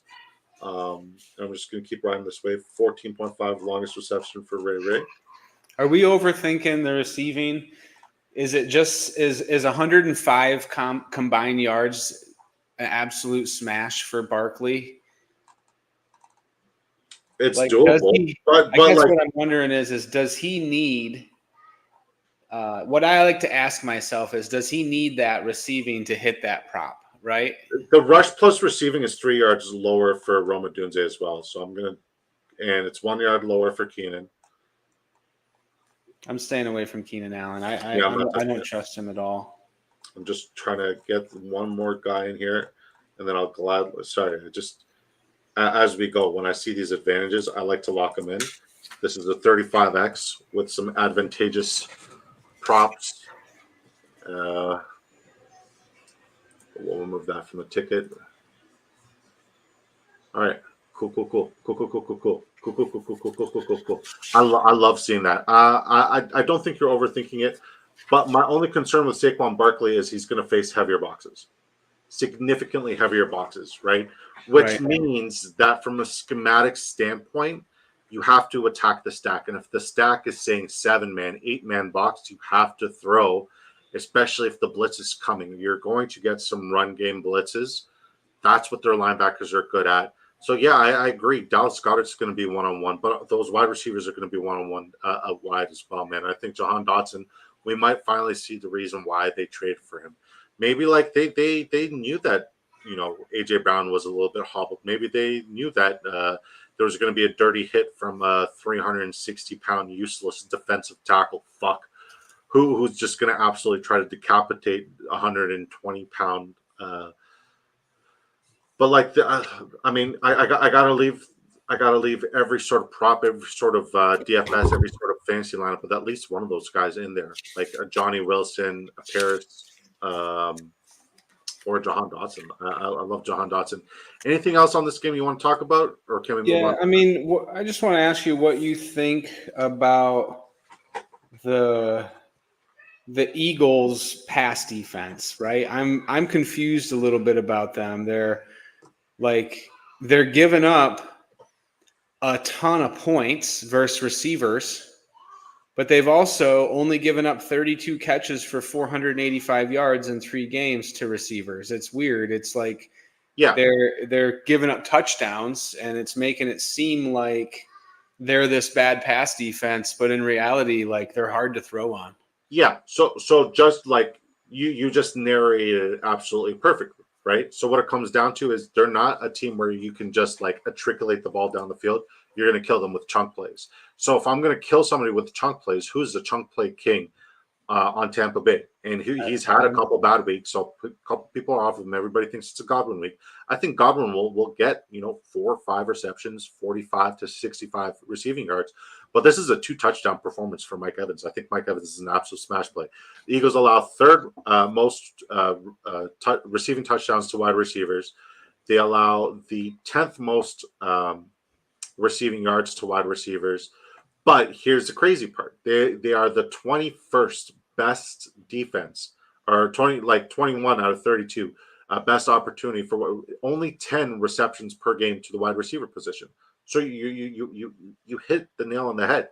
It is not going to be, a situation where they triculate the ball down the field. It's got to be a splash play. So Mike Evans, anytime touchdown or 2 or more touchdowns, might be one of my favorite plays this week in all of my sports books. I absolutely love it. It just makes sense. It makes sense because it's never going to be a Cade Otton week. Never. No, you're right. Even when it's a Cade Otton week, you're like, oh wow, Cade Otton put up fantasy points. Cool. Like that's what we had. What, last week or the week before? Yes, that was a dirty. I agree. Fantasy dog 100%. So yeah, let's move on to the next game. I hope that answers your question. Great question, by the way. Pittsburgh Steelers, 1 p.m. Eastern time. They are 2-point favorites. Only 2-point favorites coming into Indianapolis. The over-under is 40.0. We got 2 great rushing quarterbacks. One quarterback has a plus matchup pretty much in every category. Top 10 opportunity for passing touchdowns, top 12 opportunity for pass attempts, top 10 opportunity for pass completions, top 10 opportunity for pass yards. And all those, the quarterback who I'm talking about personally is Justin Fields. Justin Fields has a spectacular matchup and opportunity, whereas we're talking about a bottom 2 or 3 opportunity, like one of the worst matchups for quarterbacks passing-wise in Anthony Richardson. So I'll let you take the floor here. What are we thinking here? I mean, this is George Pickens' breakout game, right? It has to be. I mean, who it's not Van Jefferson's breakout game, right? It could be Calvin Austin again. It might. He's another one of those tertiary guys that, like, if I can pair up 2 good tertiary guys, like a John Dotson and Calvin Austin, or even a Trey Tucker, who we'll talk about in a little bit, to rationalize my pay-ups everywhere else, I'll fucking do it. But if you look at who's been killing the Colts, it's the guy that's playing Pickens' position. the wide receiver one for sure. And I love Pickens and everything. He's another guy I'm gonna die on the sword of George Pickens this week in DFS at 5,700 on DraftKings. He's gonna probably be. I'm gonna probably have $700 worth of lineups in, and I bet you he's in $500 worth of my lineups. Long catch, 21.5 yards. Is that on there? 22.5. Please look at the screen. 52.5 rush receiving yards. This is insane. And the receiving yards is 53.5. So I'm going to pair this with Mike Evans right now. They're gonna break out this game. It's a lock. It's a lock. I feel. We also said DJ Moore. We absolutely loved one. That was our favorite one. And we said that Nico Collins. I love I like Moore too, but I like Pickens more than Moore. I do like Moore. Well, I'm just creating a pick'em ticket. Yeah. So I want to put all those guys together. Long catch. I like long. Can I just build a 5 prop parlay all about George Pickens? I wish. Well, I mean, you could do it in your sports book, not on Drafters though. Where is he? And then I don't know, like the run game here, like the Steelers are legit on D, but I do remember Jonathan Taylor carving them up every time they've played each other for some reason. He does really well versus that 3-4 look. His style of running is good for the way 3-4 defenses present themselves, but I am leaving Taylor alone in DFS. He's expensive, and I just don't want to take that chance versus that defense. What about Najee? Najee, I love for his rush yards prop at 66.5. It's kind of his backfield for once. But do we think, because like here's my, and right now it's at 64.5 on Drafters. Here's the thing, right? Anytime it's an obvious situation with Arthur Smith, he does the complete opposite of obvious. Like, obviously, this should be a Cordell Patterson being utilized as a receiving back, but this is the one area where the Colts defense is actually on paper a little bit better than the Steelers defense. Is they don't give up as much production to the receiving back as the Steelers do. The Steelers kind of have to, because like, if you're going to give up a play, it's going to be a dink and dunk where you just rally and tackle, right? Right. But is this going to be the game where it's like, okay, we'll use Najee as a receiver and we'll run the ball with, 62-year-old Cordell Patterson? Like, could Cordell Patterson be a good tertiary option here? You're probably onto something. I mean, I always am. Arthur Smith, like, what I like to do is I like to look at everything, and then I like to think, if I was the coach, this is exactly what I would do to win this game, right? And that's how I trust that they're going to do what is obvious that they should do. And then Arthur Smith is the guy that completely ruins that every single time, right? But that being said, it's just my style and my philosophy to trust the coaches to do the right thing. And I have a hard time trying to put the Arthur Smith factor on it. I'm just going to trust that they hand the ball and they win this. I just think that this is a game where the Steelers defense absolutely dominates the Colts, I think, and Richardson probably doesn't pass for 200 yards, maybe not even 150 yards. The second quarter. I don't think he's going to make it past the second quarter either. This is if that's the case, Joe Flacco might be better, but fuck, that might be a good tertiary option that I didn't consider. I mean, so here's the thing: Pittsburgh is probably going to win this game with their defense, and probably those type of games, the running back always hits their rushing prop, right? I mean, like, if the quarterback doesn't need to throw for 200 yards to even compete in the game and still easily win, the running back's going to have 66.5 yards rushing. And now, I'm not going to Justin Fields. Justin Fields passing prop is at 182.5. Do you like it? I mean, or his rushing Yes. and passing. Yes, I do like it, but I'm not going to bet it. I'm going to stick with Pickens here. And if I bet it, it's because I have so much confidence in Pickens that Pickens might have 180 yards by himself, right? That's why I bet it. Okay, so I'm looking at Cordell Patterson. Okay, so if we're looking just like based off of the advantages chart, right? If I'm looking at the running back advantage right now, this is the most advantageous matchup for rushing yards. Number one matchup on paper for rushing yards. The Colts allow 136.33 rushing yards per game, and that's the bread and butter of this Pittsburgh Steelers offense. With no Jalen Waddle, I'm anticipating, an Arthur Smith move here, and I like the 19.5 rushing yards for Cordell Patterson. Am I stupid for liking that? No, I don't think you're stupid for liking that. Because Najee seems like the rational one that makes sense, but he's also coming into the situation banged up.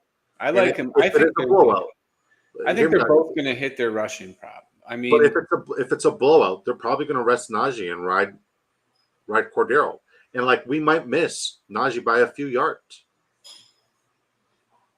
Just think game script. Is this game going to be close? You just said it. By the second quarter, it's going to be a complete blowout. Right. Who's going to get more opportunity if it's a complete blowout? Najee's probably going to sit. If that's what the game script is calling, I think Patterson, his 19.5 rushing yards is fucking free because Patterson's going to get as many touches, if not more touches, if this game's a blowout. I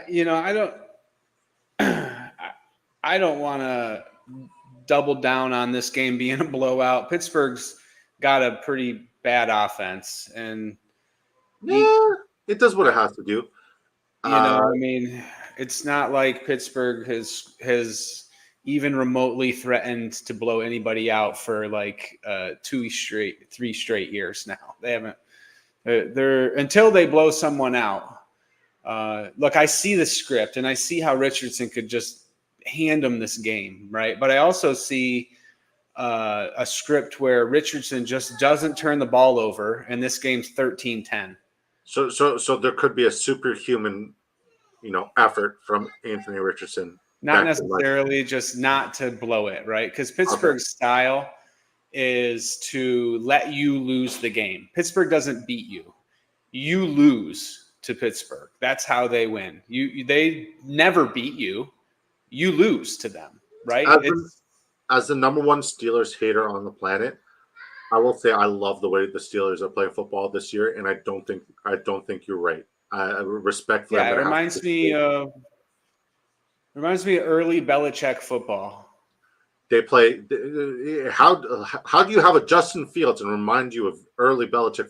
They run the ball, they take care of the football, and they play lights out defense. And their quarterback does everything he has to do. If they need a pass for him to lock up the win, he'll do it. If he needs to run to lock up the win, he'll do it. Not only is he doing it, he's doing it at a high level, and he's doing exactly what they need to do to win.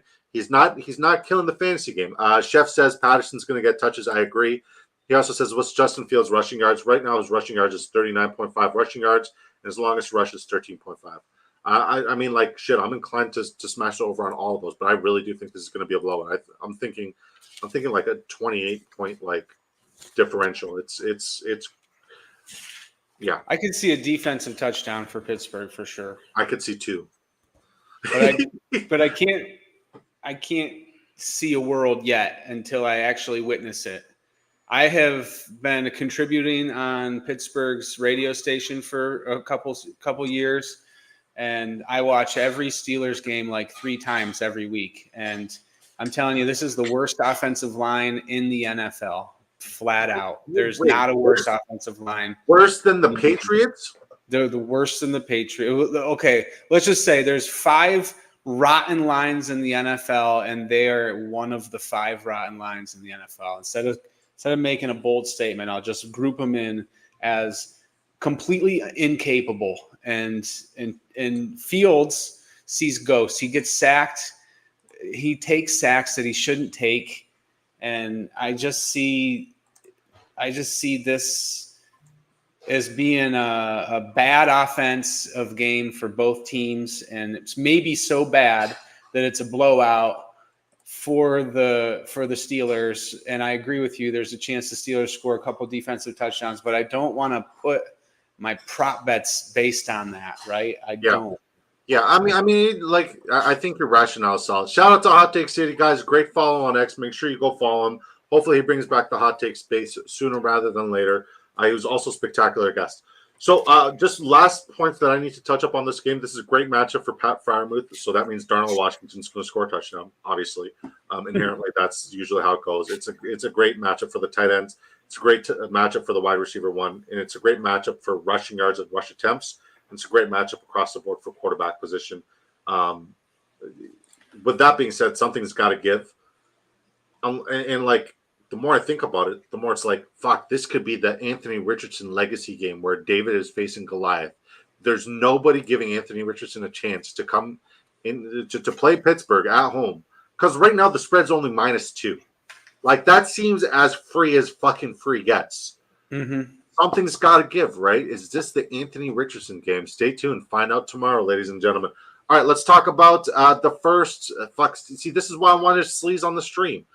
We got the New England Patriots, my New England Patriots, coming into San Francisco. Sleazeballs, San Francisco 49ers, plus 10.5 is the Patriots are dogs in this game. Shocker. The over-under is 40.5. Anything you like in this game, anything you don't like in this game, let's not talk about it too much because I agree with Vegas. So, what's up, Bing King? New guys, Dan. That's NFL DFS picks. What's up, guys? What's up, Bing King?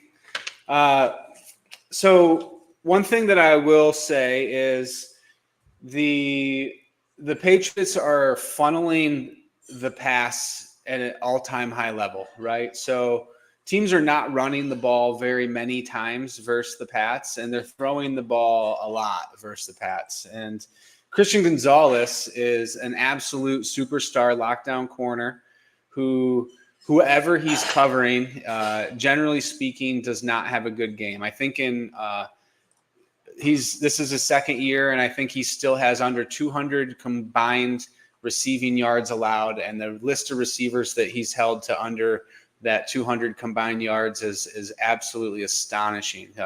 He's done it to tons of guys that are top 20 receivers, and I expect that to continue. And I expect him to more than likely shadow Ayuk today. Ayuk is a little naturally lines up on the left side. Gonzalez does move around, but I think he naturally lines up on the right side. Disco, you'd know a little better than me. I'm sure you never miss a single snap of him, but I like this game to funnel into Brock Purdy's hands for San Francisco. I see a similar game script as last week with the Jets, where Purdy just has all day to stand back there, and he's got his weapons all back. 20.5 completions for Brock Purdy feels like free money to me. I love that. I'm going to put that in my parlays for sure.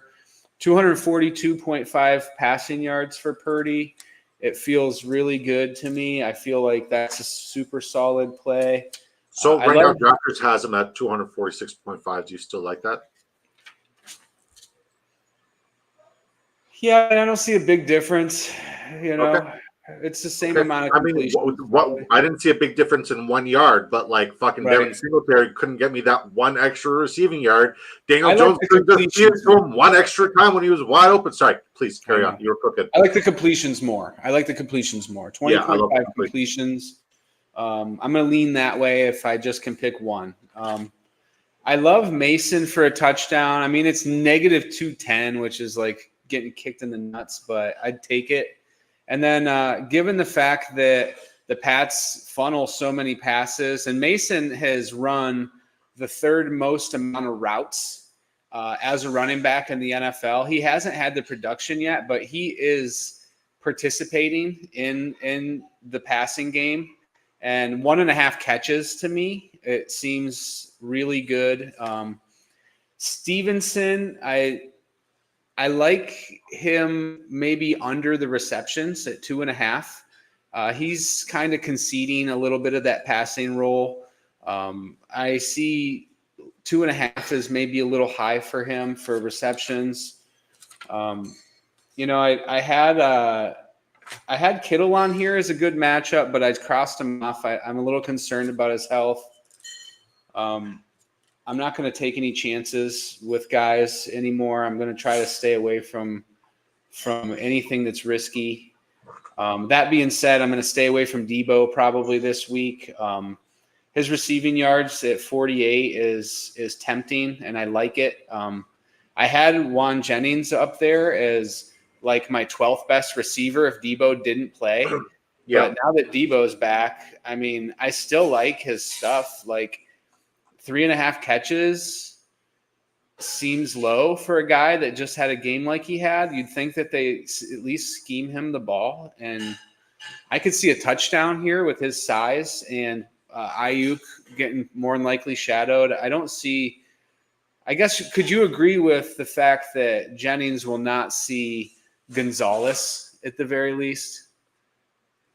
It depends. If they traveled Juan Jennings to where Gonzalez is, and they so happen to be in man, I think that's the only situation and scenario. Right. But if we're talking about just based off of X, Y, Z alignment, it very seldomly does he line up in the Z or the X position, which is where you'd find the Christian Gonzalez. So he usually eats in the slot, and he's a bigger than small slot. So yeah, I mean, like longest reception for Juan Jennings almost seems like it's free money every single week. Yeah, I love his receptions at 3.5. I think a touchdown's not out of the question from him. I could see Purdy really having a good game. I really think that this is a Brock Purdy game. And, Purdy's a good quarterback. And, you're going to probably take offense to this being a huge Pats fan and Tom Brady guy. But I think he plays the position most like Tom Brady of any active quarterback in the NFL. I don't think you are far off anywhere. I think early on in his career, he's playing the position better than Tom Brady did early on in his career. It just reminds me of Brady back there. Like, he doesn't look like him, but like Tom Brady was the ultimate game manager. He was a game manager. He was the run game and the defense won the championships the first few times. And then after that, he just became the GOAT. He started saying, bah, avocado was in season. He started eating when avocado was in season, literally the avocado. And Bing King, I think you might be a little bit delayed, buddy. He says AR is a sneaky at QB this week. He might be, man. I don't hate it. I'm starting him in the one league I have him in my redraft league. So I'll talk about what I like. No matter what I like, similar to the Eagles situation, if you look on paper, the San Francisco 49ers don't give a lot of volume or targets to the wide receiver position, but they still give up a lot of yardage and touchdowns. With that being said, translation is longest receptions for one or two New England's Patriots receivers should be a smash. I thought Demario Douglas was not playing this week. Apparently he is. 16.5 for longest reception, I think is nice. Jalen Polk, he's getting more touches and more snaps as we go.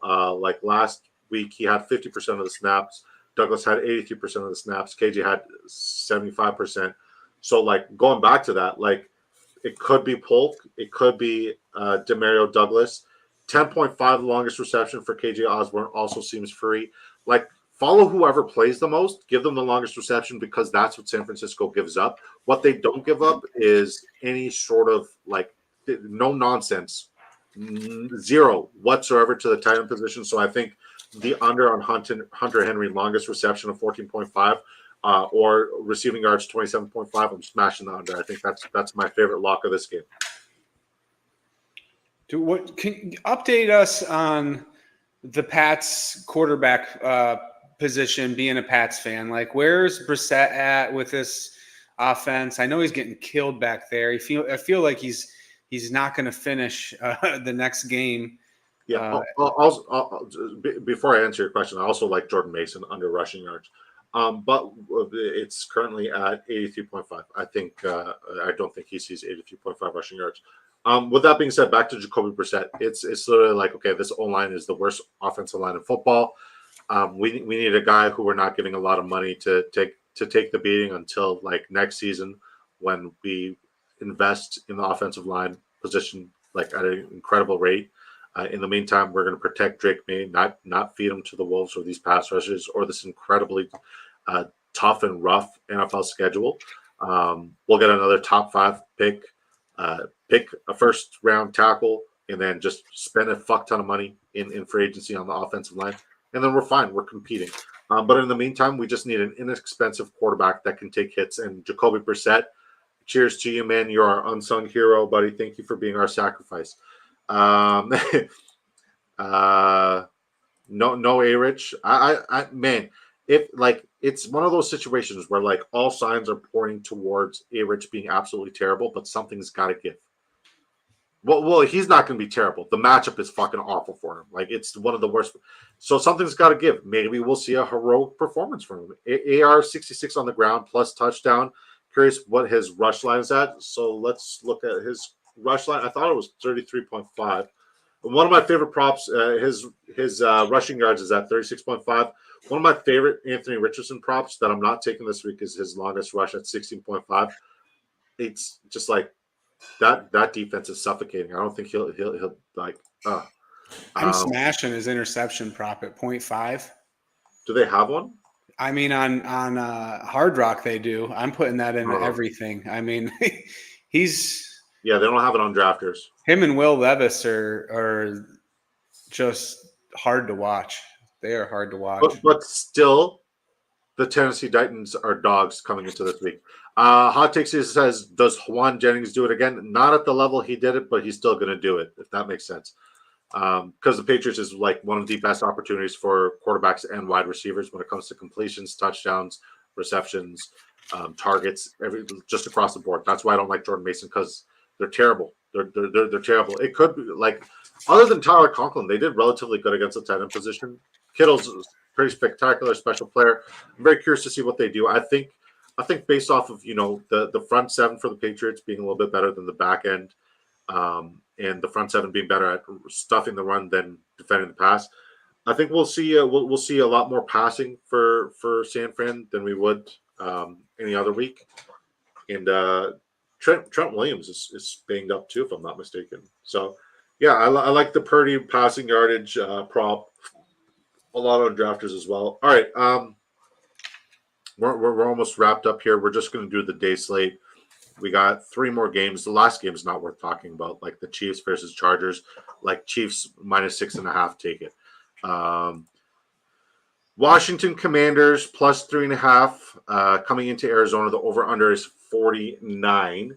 I'll just go on record right now saying that if we're talking about, if you're in a owner's box superflex DFS, both of these quarterbacks need to be in your lineup with Jaden Daniels and Kyler Murray. They both have incredible matchups for different reasons. Kyler Murray is my QB1 coming into the week. James Conner has a plus matchup. Brian Robinson has a plus matchup. Marvin Harrison has one of the best matchups in football. Terry McLaurin, not so much. Both tight ends don't have an ideal matchup, especially with what's-his-face being gone, Trey McBride. So that covers that. If I'm going to take any props from this game, I love the longest rush at 13.5 for Jaden Daniels. I think that's free money. I like the with Austin Eckler being out, I like the 2.5 receptions for Brian Robinson as well. And I like the longest reception of 26.5 to Marvin Harrison Jr. Those are my 3 locks. The Brian Robinson is not a lock. I like it. Marvin Harrison Jr., 26.5 longest reception and longest rush for the rookie quarterback, Jaden Daniels. All right, you're up. Yeah, I agree 100% with the longest catch for Harrison. I think that's a lock. Also love his receiving yards at 70. So, I mean, I don't think he needs that 25-yard catch for the 70 yards. So, if you want to maybe play it a little safer, I think that might be even a safe bet. This is just one of those weeks where every Cardinals receiver has a great matchup. Yeah. Pro Football Focus has Wilson is 1, 2, 3, 4, 5, 15th best matchup this week, and Greg Dortch as 16th best matchup, and Harrison as the 4th. Yeah. So, I mean, we got a smash play with the passing offense, and I like Dortch's catches. I had his catches at 3.5.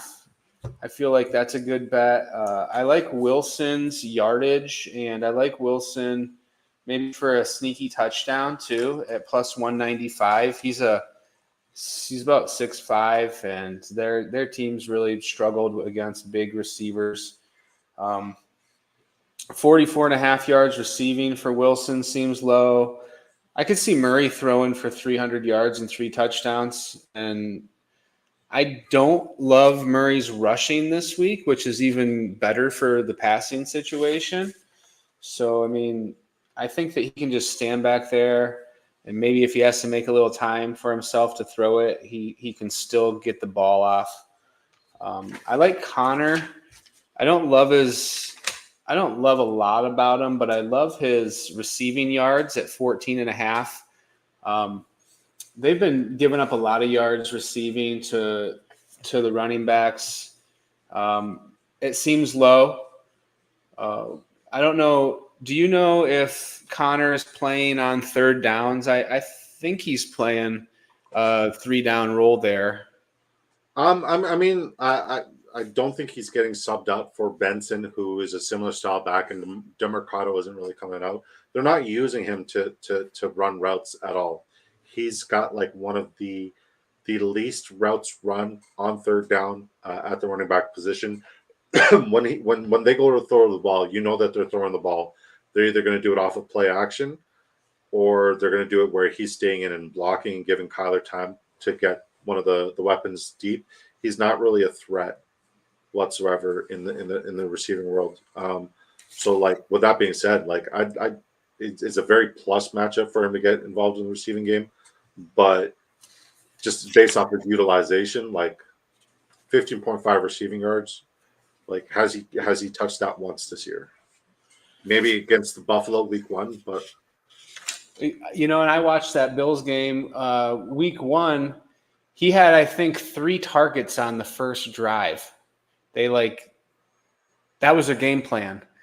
He caught the ball and ran. I remember somebody on X like, well, Connor's receiving props have all hit. It was like a minute into the game or 2 minutes into the game. And but, all that being said, I also like I like this Noah Brown guy. I mean, long catch, 16.5 yards. He's the wide receiver too. It looks like he's playing that job. Luke McCaffrey looks like he's playing that role. He looked great early on that last game. McCaffrey is a slot only guy. Yeah, and Noah Brown's an outside guy, and they like to run 3 wide. And I could see McLaurin and Brown working the deep. 16.5 yards for a long catch for Noah Brown seems pretty good to me. He's getting like 5 targets a game. I like that. I think Luke McCaffrey 19.5 receiving yards is more likely than that. Right. But I mean, I respect your take. McLaurin. This team just screams to me long reception, right? I feel like Arizona's given up chunk plays, and I just feel like McLaurin's going to be a good play for his long reception. It's 23.5. They're chucking it deep to McLaurin starting a couple weeks ago, and it's been continuing. I think he trusts him now. He threw a ball to McLaurin that he should not have thrown, and McLaurin came down with it. And I saw them on the sideline.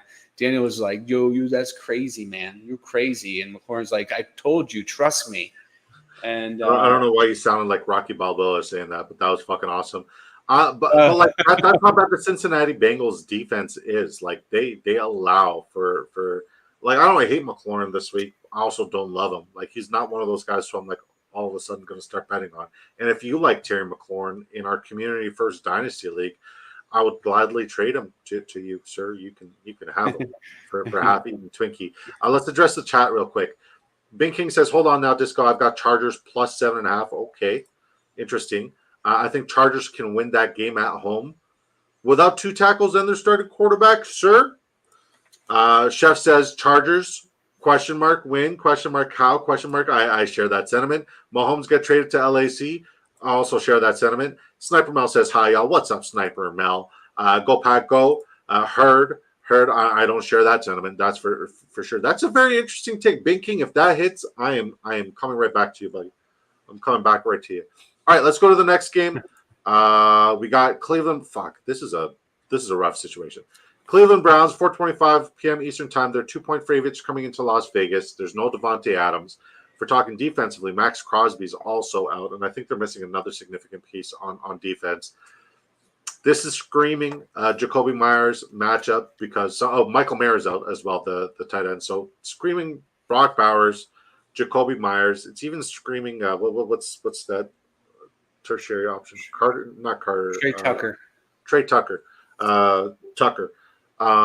Yeah, it's screaming him, but like this has to be the week Zamir White does something because Vegas needs it, right? This has to be the fucking week. Is this the fucking week, Dan? Oh, no. Oh, man, you know me. I love Zamir White just like you, and I have him in so many leagues. And I got one league that I need to start him in. I don't really have a choice.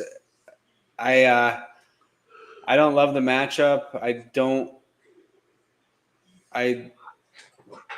don't know what to think about this Raiders offense. I thought I knew what they were going to be. I thought they were going to be a power running team that was going to lean on a thick thighed man meat running back like Zamir. Yeah. And I thought that Zamir was going to pound out the tough yards, and I thought that Adams was going to make the first down receptions, and I thought Myers was going to have 900 yards and 7 touchdowns, and that's just not what this team's turning into. This team's Jacoby Myers looks good. I'll give him that. He's as reliable comes. Yeah, I mean Myers is a good player, right? But he's no longer the second option in the passing attack. Tomorrow he will be, but Bowers is now the second or even first option in this passing attack, and Adams is now more like the second option, and he's not liking it. He's sitting this game maybe because of a business decision, like Antonio Pierce said some players made, and there's a lot of speculation that Adams doesn't, in fact, have a hamstring injury bad enough to keep him out of the game. And if that's the case, I love Trey Tucker. He was the camp standout. I'm telling you, I saw Trey Tucker highlight after Trey Tucker highlight this year.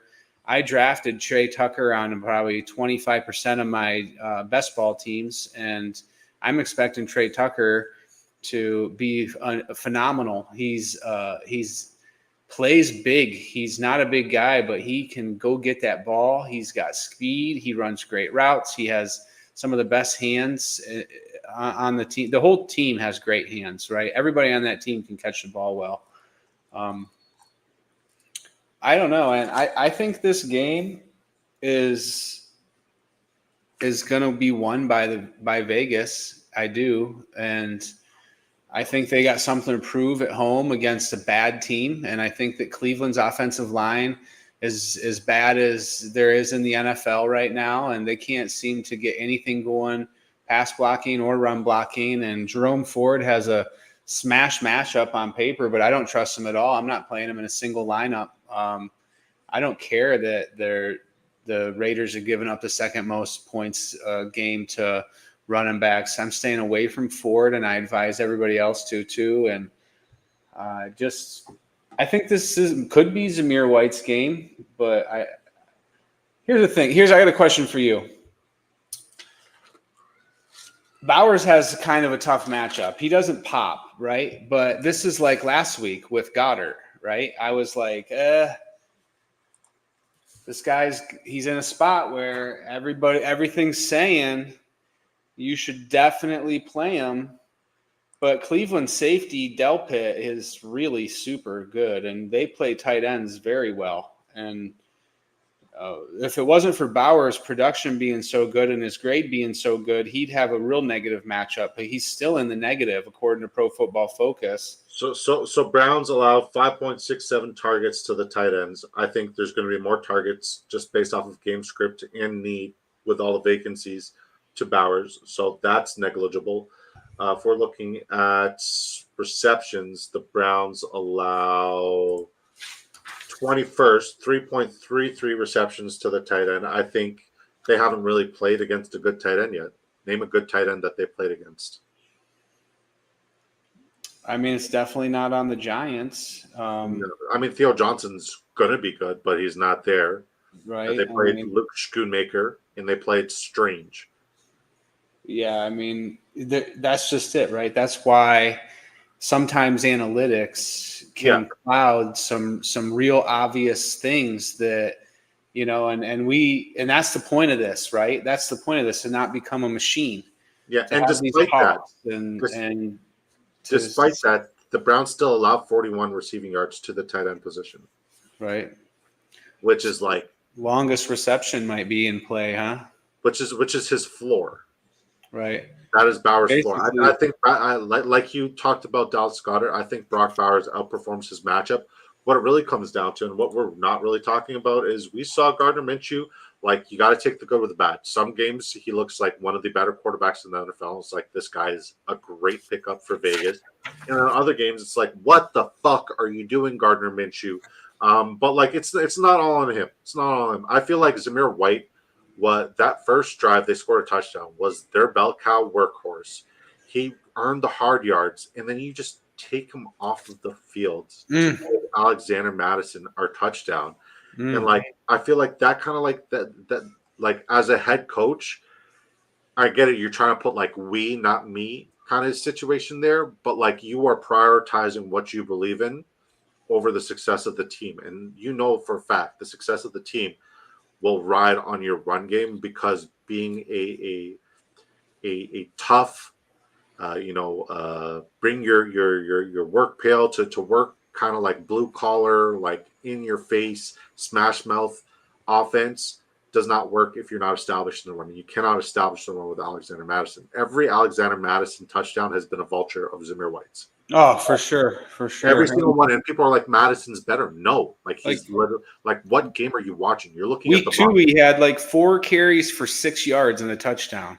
Yeah, like, look at, like, you're looking at the box score. You're looking at like the end all be all. But like, if that production went to Zamir White would be a top 15 running back currently. But that production has been stolen from Zamir White. That's why I'm still very bullish on Zamir White, because Alexander Madison has been one of the most efficient running backs in football, not just this year, but historically. He's had one of the most efficient runs, stealing Zamir White's workload, and that's not going to last. It's not sustainable. So you guys think what you want to think. Call me crazy, call me stupid. The ship will right itself. It's going to get better this week. It's going to get better this week. Zamir White will find the end zone, or Alexander Madison will once again punch it in. But what we're not talking about is Gardner Minshew borderline being pulled for Aiden O'Connell, and still they're riding with Gardner Minshew this week. What's going on? Is that why Devontae Adams is because he likes Aiden O'Connell? I do think he likes Aiden O'Connell, honestly. I really do. Aiden O'Connell could not have put the ball more accurately than Gardner Minshew did on those 2 drops that Devontae Adams had. No, I agree. I don't know what it is. Yeah. But Adams is probably not going to be a Raider in like 4 weeks. We said that last year. He's not going anywhere. Nobody's paying up that contract right now to bring him in. Nobody's doing that in season. And if anybody does do it, they're desperate. It's going to be the Jets. The Jets are going to do it. But the Jets have Mike Williams and Alan Lazard. They don't need him. I think they're going to do it. You know, another team that wants him is the Steelers, and I think he's a good fit there. I think that the way Fields plays quarterback, he needs 2 outside number ones, that's really what he needs. He needs 2 George Pickens, and that's why I thought Jefferson was going to win that job, because he's more of a deep threat. And I think that no, I totally agree. He's in one of those situations like Diggs was in, where Yeah. The money is pretty big, right? Buffalo would be great. New England would make sense because they're one of the only, like, you got to follow the money. Buffalo doesn't have the money for him. Yeah, New England can afford him. Tennessee can kind of afford him, especially if they get rid of Hopkins in a trade. That would be interesting. But like, other than that, there's not a lot of teams that can afford him. Like the Raiders can afford him. He just the Commanders. He'd be a great fit with the Commanders. I think I overlooked that. You're absolutely right. I think even Arizona would be good. Their opponents. As I mentioned, the Chiefs are now 7-point favorites with the Los Angeles Chargers. Chiefs are coming into Los Angeles. This is the last slate or the last game of the slate we'll talk about. Then I got a jet. I actually have to jet now. But just briefly, because I do have to jet, I'm just going to go over this game. Start Rashee Rice. Start Travis Kelce. Start Patrick Mahomes. Bench J.K. Dobbins, Gus Edwards, Lad McConkey, Quentin Johnston. It's not going to be pretty, folks. I don't like a single thing for the Chargers. Yeah, and Bing King says, "Hey, we will take Adams here in Houston." Come on now. Yeah, you guys about the Chargers that shows up as a great matchup is tight ends, and their tight ends suck. Yeah. Like, who are you going to start, Hurst or Disley? Like both of them. I think those numbers are skewed because other than that incredible first week from Isaiah Likely, what performances have we seen from the tight end position against the Kansas City Chiefs? Well, just at cumulative.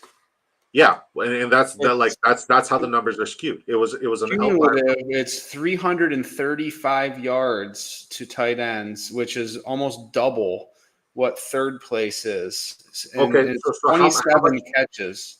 That's 9 catches for 115 yards a game, and likely, what do you have? 150 or something.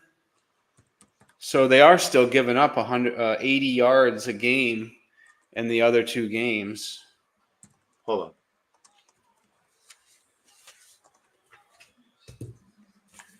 They have to have given up more yards to those other tight ends to have those type of numbers. Let's pull up the numbers.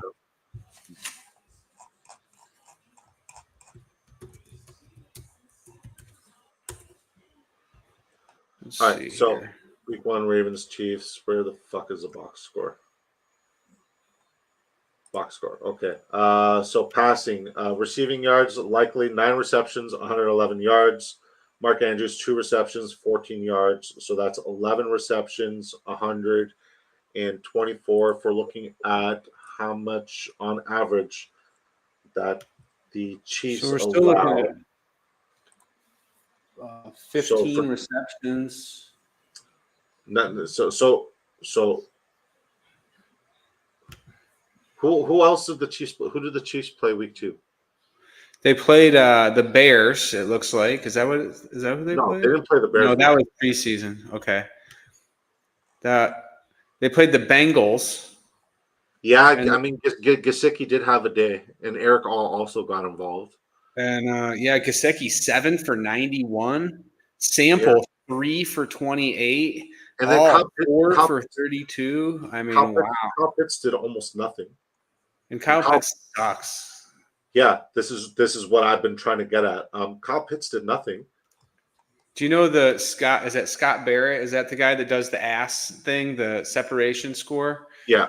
Kyle Pitts has negative separation. He's the only player in the league that is. That's what I've been saying all fucking off season. But if only Evan Ingram and David Njoku were healthy right now, I'd be winning a lot of money in drafters and Zamir White, of course. Fuck. With that being said, guys, Kyle Pitts had 2 for 59.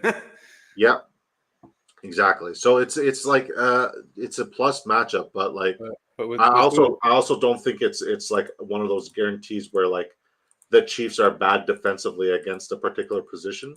I'm not playing I think Lad McConkey, since he lives in like the middle of the field, kind of where the tight ends have been, kind of getting the because like Isaiah Likely, the vast majority of his production was from the slot and wideout position, not at the tight end position. You know what they're getting So killed in is so like skewed. this little leak out to the flat, right? They're not beating anybody. The tight end's being forgotten about. And they're just taking they're just leaking out and catching this little 2-yard pass and turning it into 8 to 15 yards. Yeah. Anyways, folks, appreciate you guys for popping by. Hot Take City says Arby's ad. Nice. Now I'm hungry. Arby's is disgusting. Appreciate you guys for popping by. Hopefully, Sleaze Ball will have his stream tomorrow, and we'll both be on there hopefully tomorrow morning. I don't know what's going on with him. I'm praying everything's okay, guys. But with that being said, love you guys. See you tomorrow morning, one way or the other. Bring your questions, bring your props, and Dan, to tell the folks once again where they can find you, and the links in the description, guys. Thank you guys for having me. I really appreciate the opportunity to come on, Disco. I love you, man. And I'm on X. I'm just getting started on YouTube. I got a website, NFLDFSpicks.com. I'm just learning how to build it, though. You can go look at it, but I'm just really learning still. So the research has been going on 20 years, but I'm new to this X, and I'm new to this website running. So come here to this show and check my X out for my content. I'm on X all the time. Appreciate you, brother. Great work as always. Way to bring the knowledge. You guys have a safe weekend. Have a good night, and see you guys tomorrow. Peace.